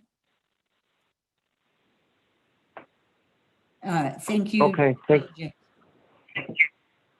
okay, thank you very much. And then again, speaker, and then members of the 24th Navajo Nation Council, I want to thank you for joining in on the work session that we had scheduled this morning until now. And also, I appreciate all the recommendations and the questions that have occurred towards this legislation, and also with a lengthy discussion on it this past Monday with other honorable colleagues that were on the line with us as well. And then today, again, those that did not join us on Monday, bringing out all of those recommendations and questions that you guys had. It's been an honor to listen, and it's been an honor to go through these standing of conduct for the council. I've gone through it several times now. I've heard Dana done a fabulous job going through it rule by rule to have a great understanding and to obtain a lot of information as we continue to move forward to do our job as council delegates for the Navajo Nation. And I hope this was a lot of information for all of us, honorable colleagues, and we will move forward to provide this and bring it before the council again, and at that time, with your guys' recommendation and questions, I hope that at that time that it works and that we have your vote and your support to approve this amendment of the legislation. So with that, thank you very much, and you guys take care. God bless you. Enjoy your day. You guys be safe. Thank you. Thank you very much, Honorable Vince James, for that. And colleagues, again, this is a work session on legislation 0318-20 on the legislation. This was recommended for a work session from Naabik'íyáti committee. I'll be going back to Naabik'íyáti committee, and there are some recommendations for amendments, and also colleagues, not only today, but throughout the time period that this was recommended to go through the process. So I think there'll be a continuously be debated there at Naabik'íyáti committee if there's are are those amendments that will be raised. So again, thank you to everyone that's on the line. This will conclude our work session for today. This legislation, again, it goes back to NABI and then ultimately to the Navajo Nation Council. So thank you very much. If there's no other comments, questions, thank you very much, Ms. Barbara and colleagues. If you are still looking for possible amendments or need guidance on assisting for possible amendments, Ms. Barbara indicated her staff is just a phone call away or email away in order for her to help address those amendments that could definitely be brought up on this legislation. So again, thank you very much, everyone, all the staff that's on the line too as well. Thank you very much for putting together this legislation and helping assist the Department of Justice. I know you're on the line too as well. Executive branch, you're listening in. Thank you very much. So everyone, have a good day. Yeah. I need a substitute motion on this issue. Mr. Dino. All right. We'll work on that. Have a good day, everyone. Have a good day, Speaker. Oh. Thank you, everyone. Thank you. Oh.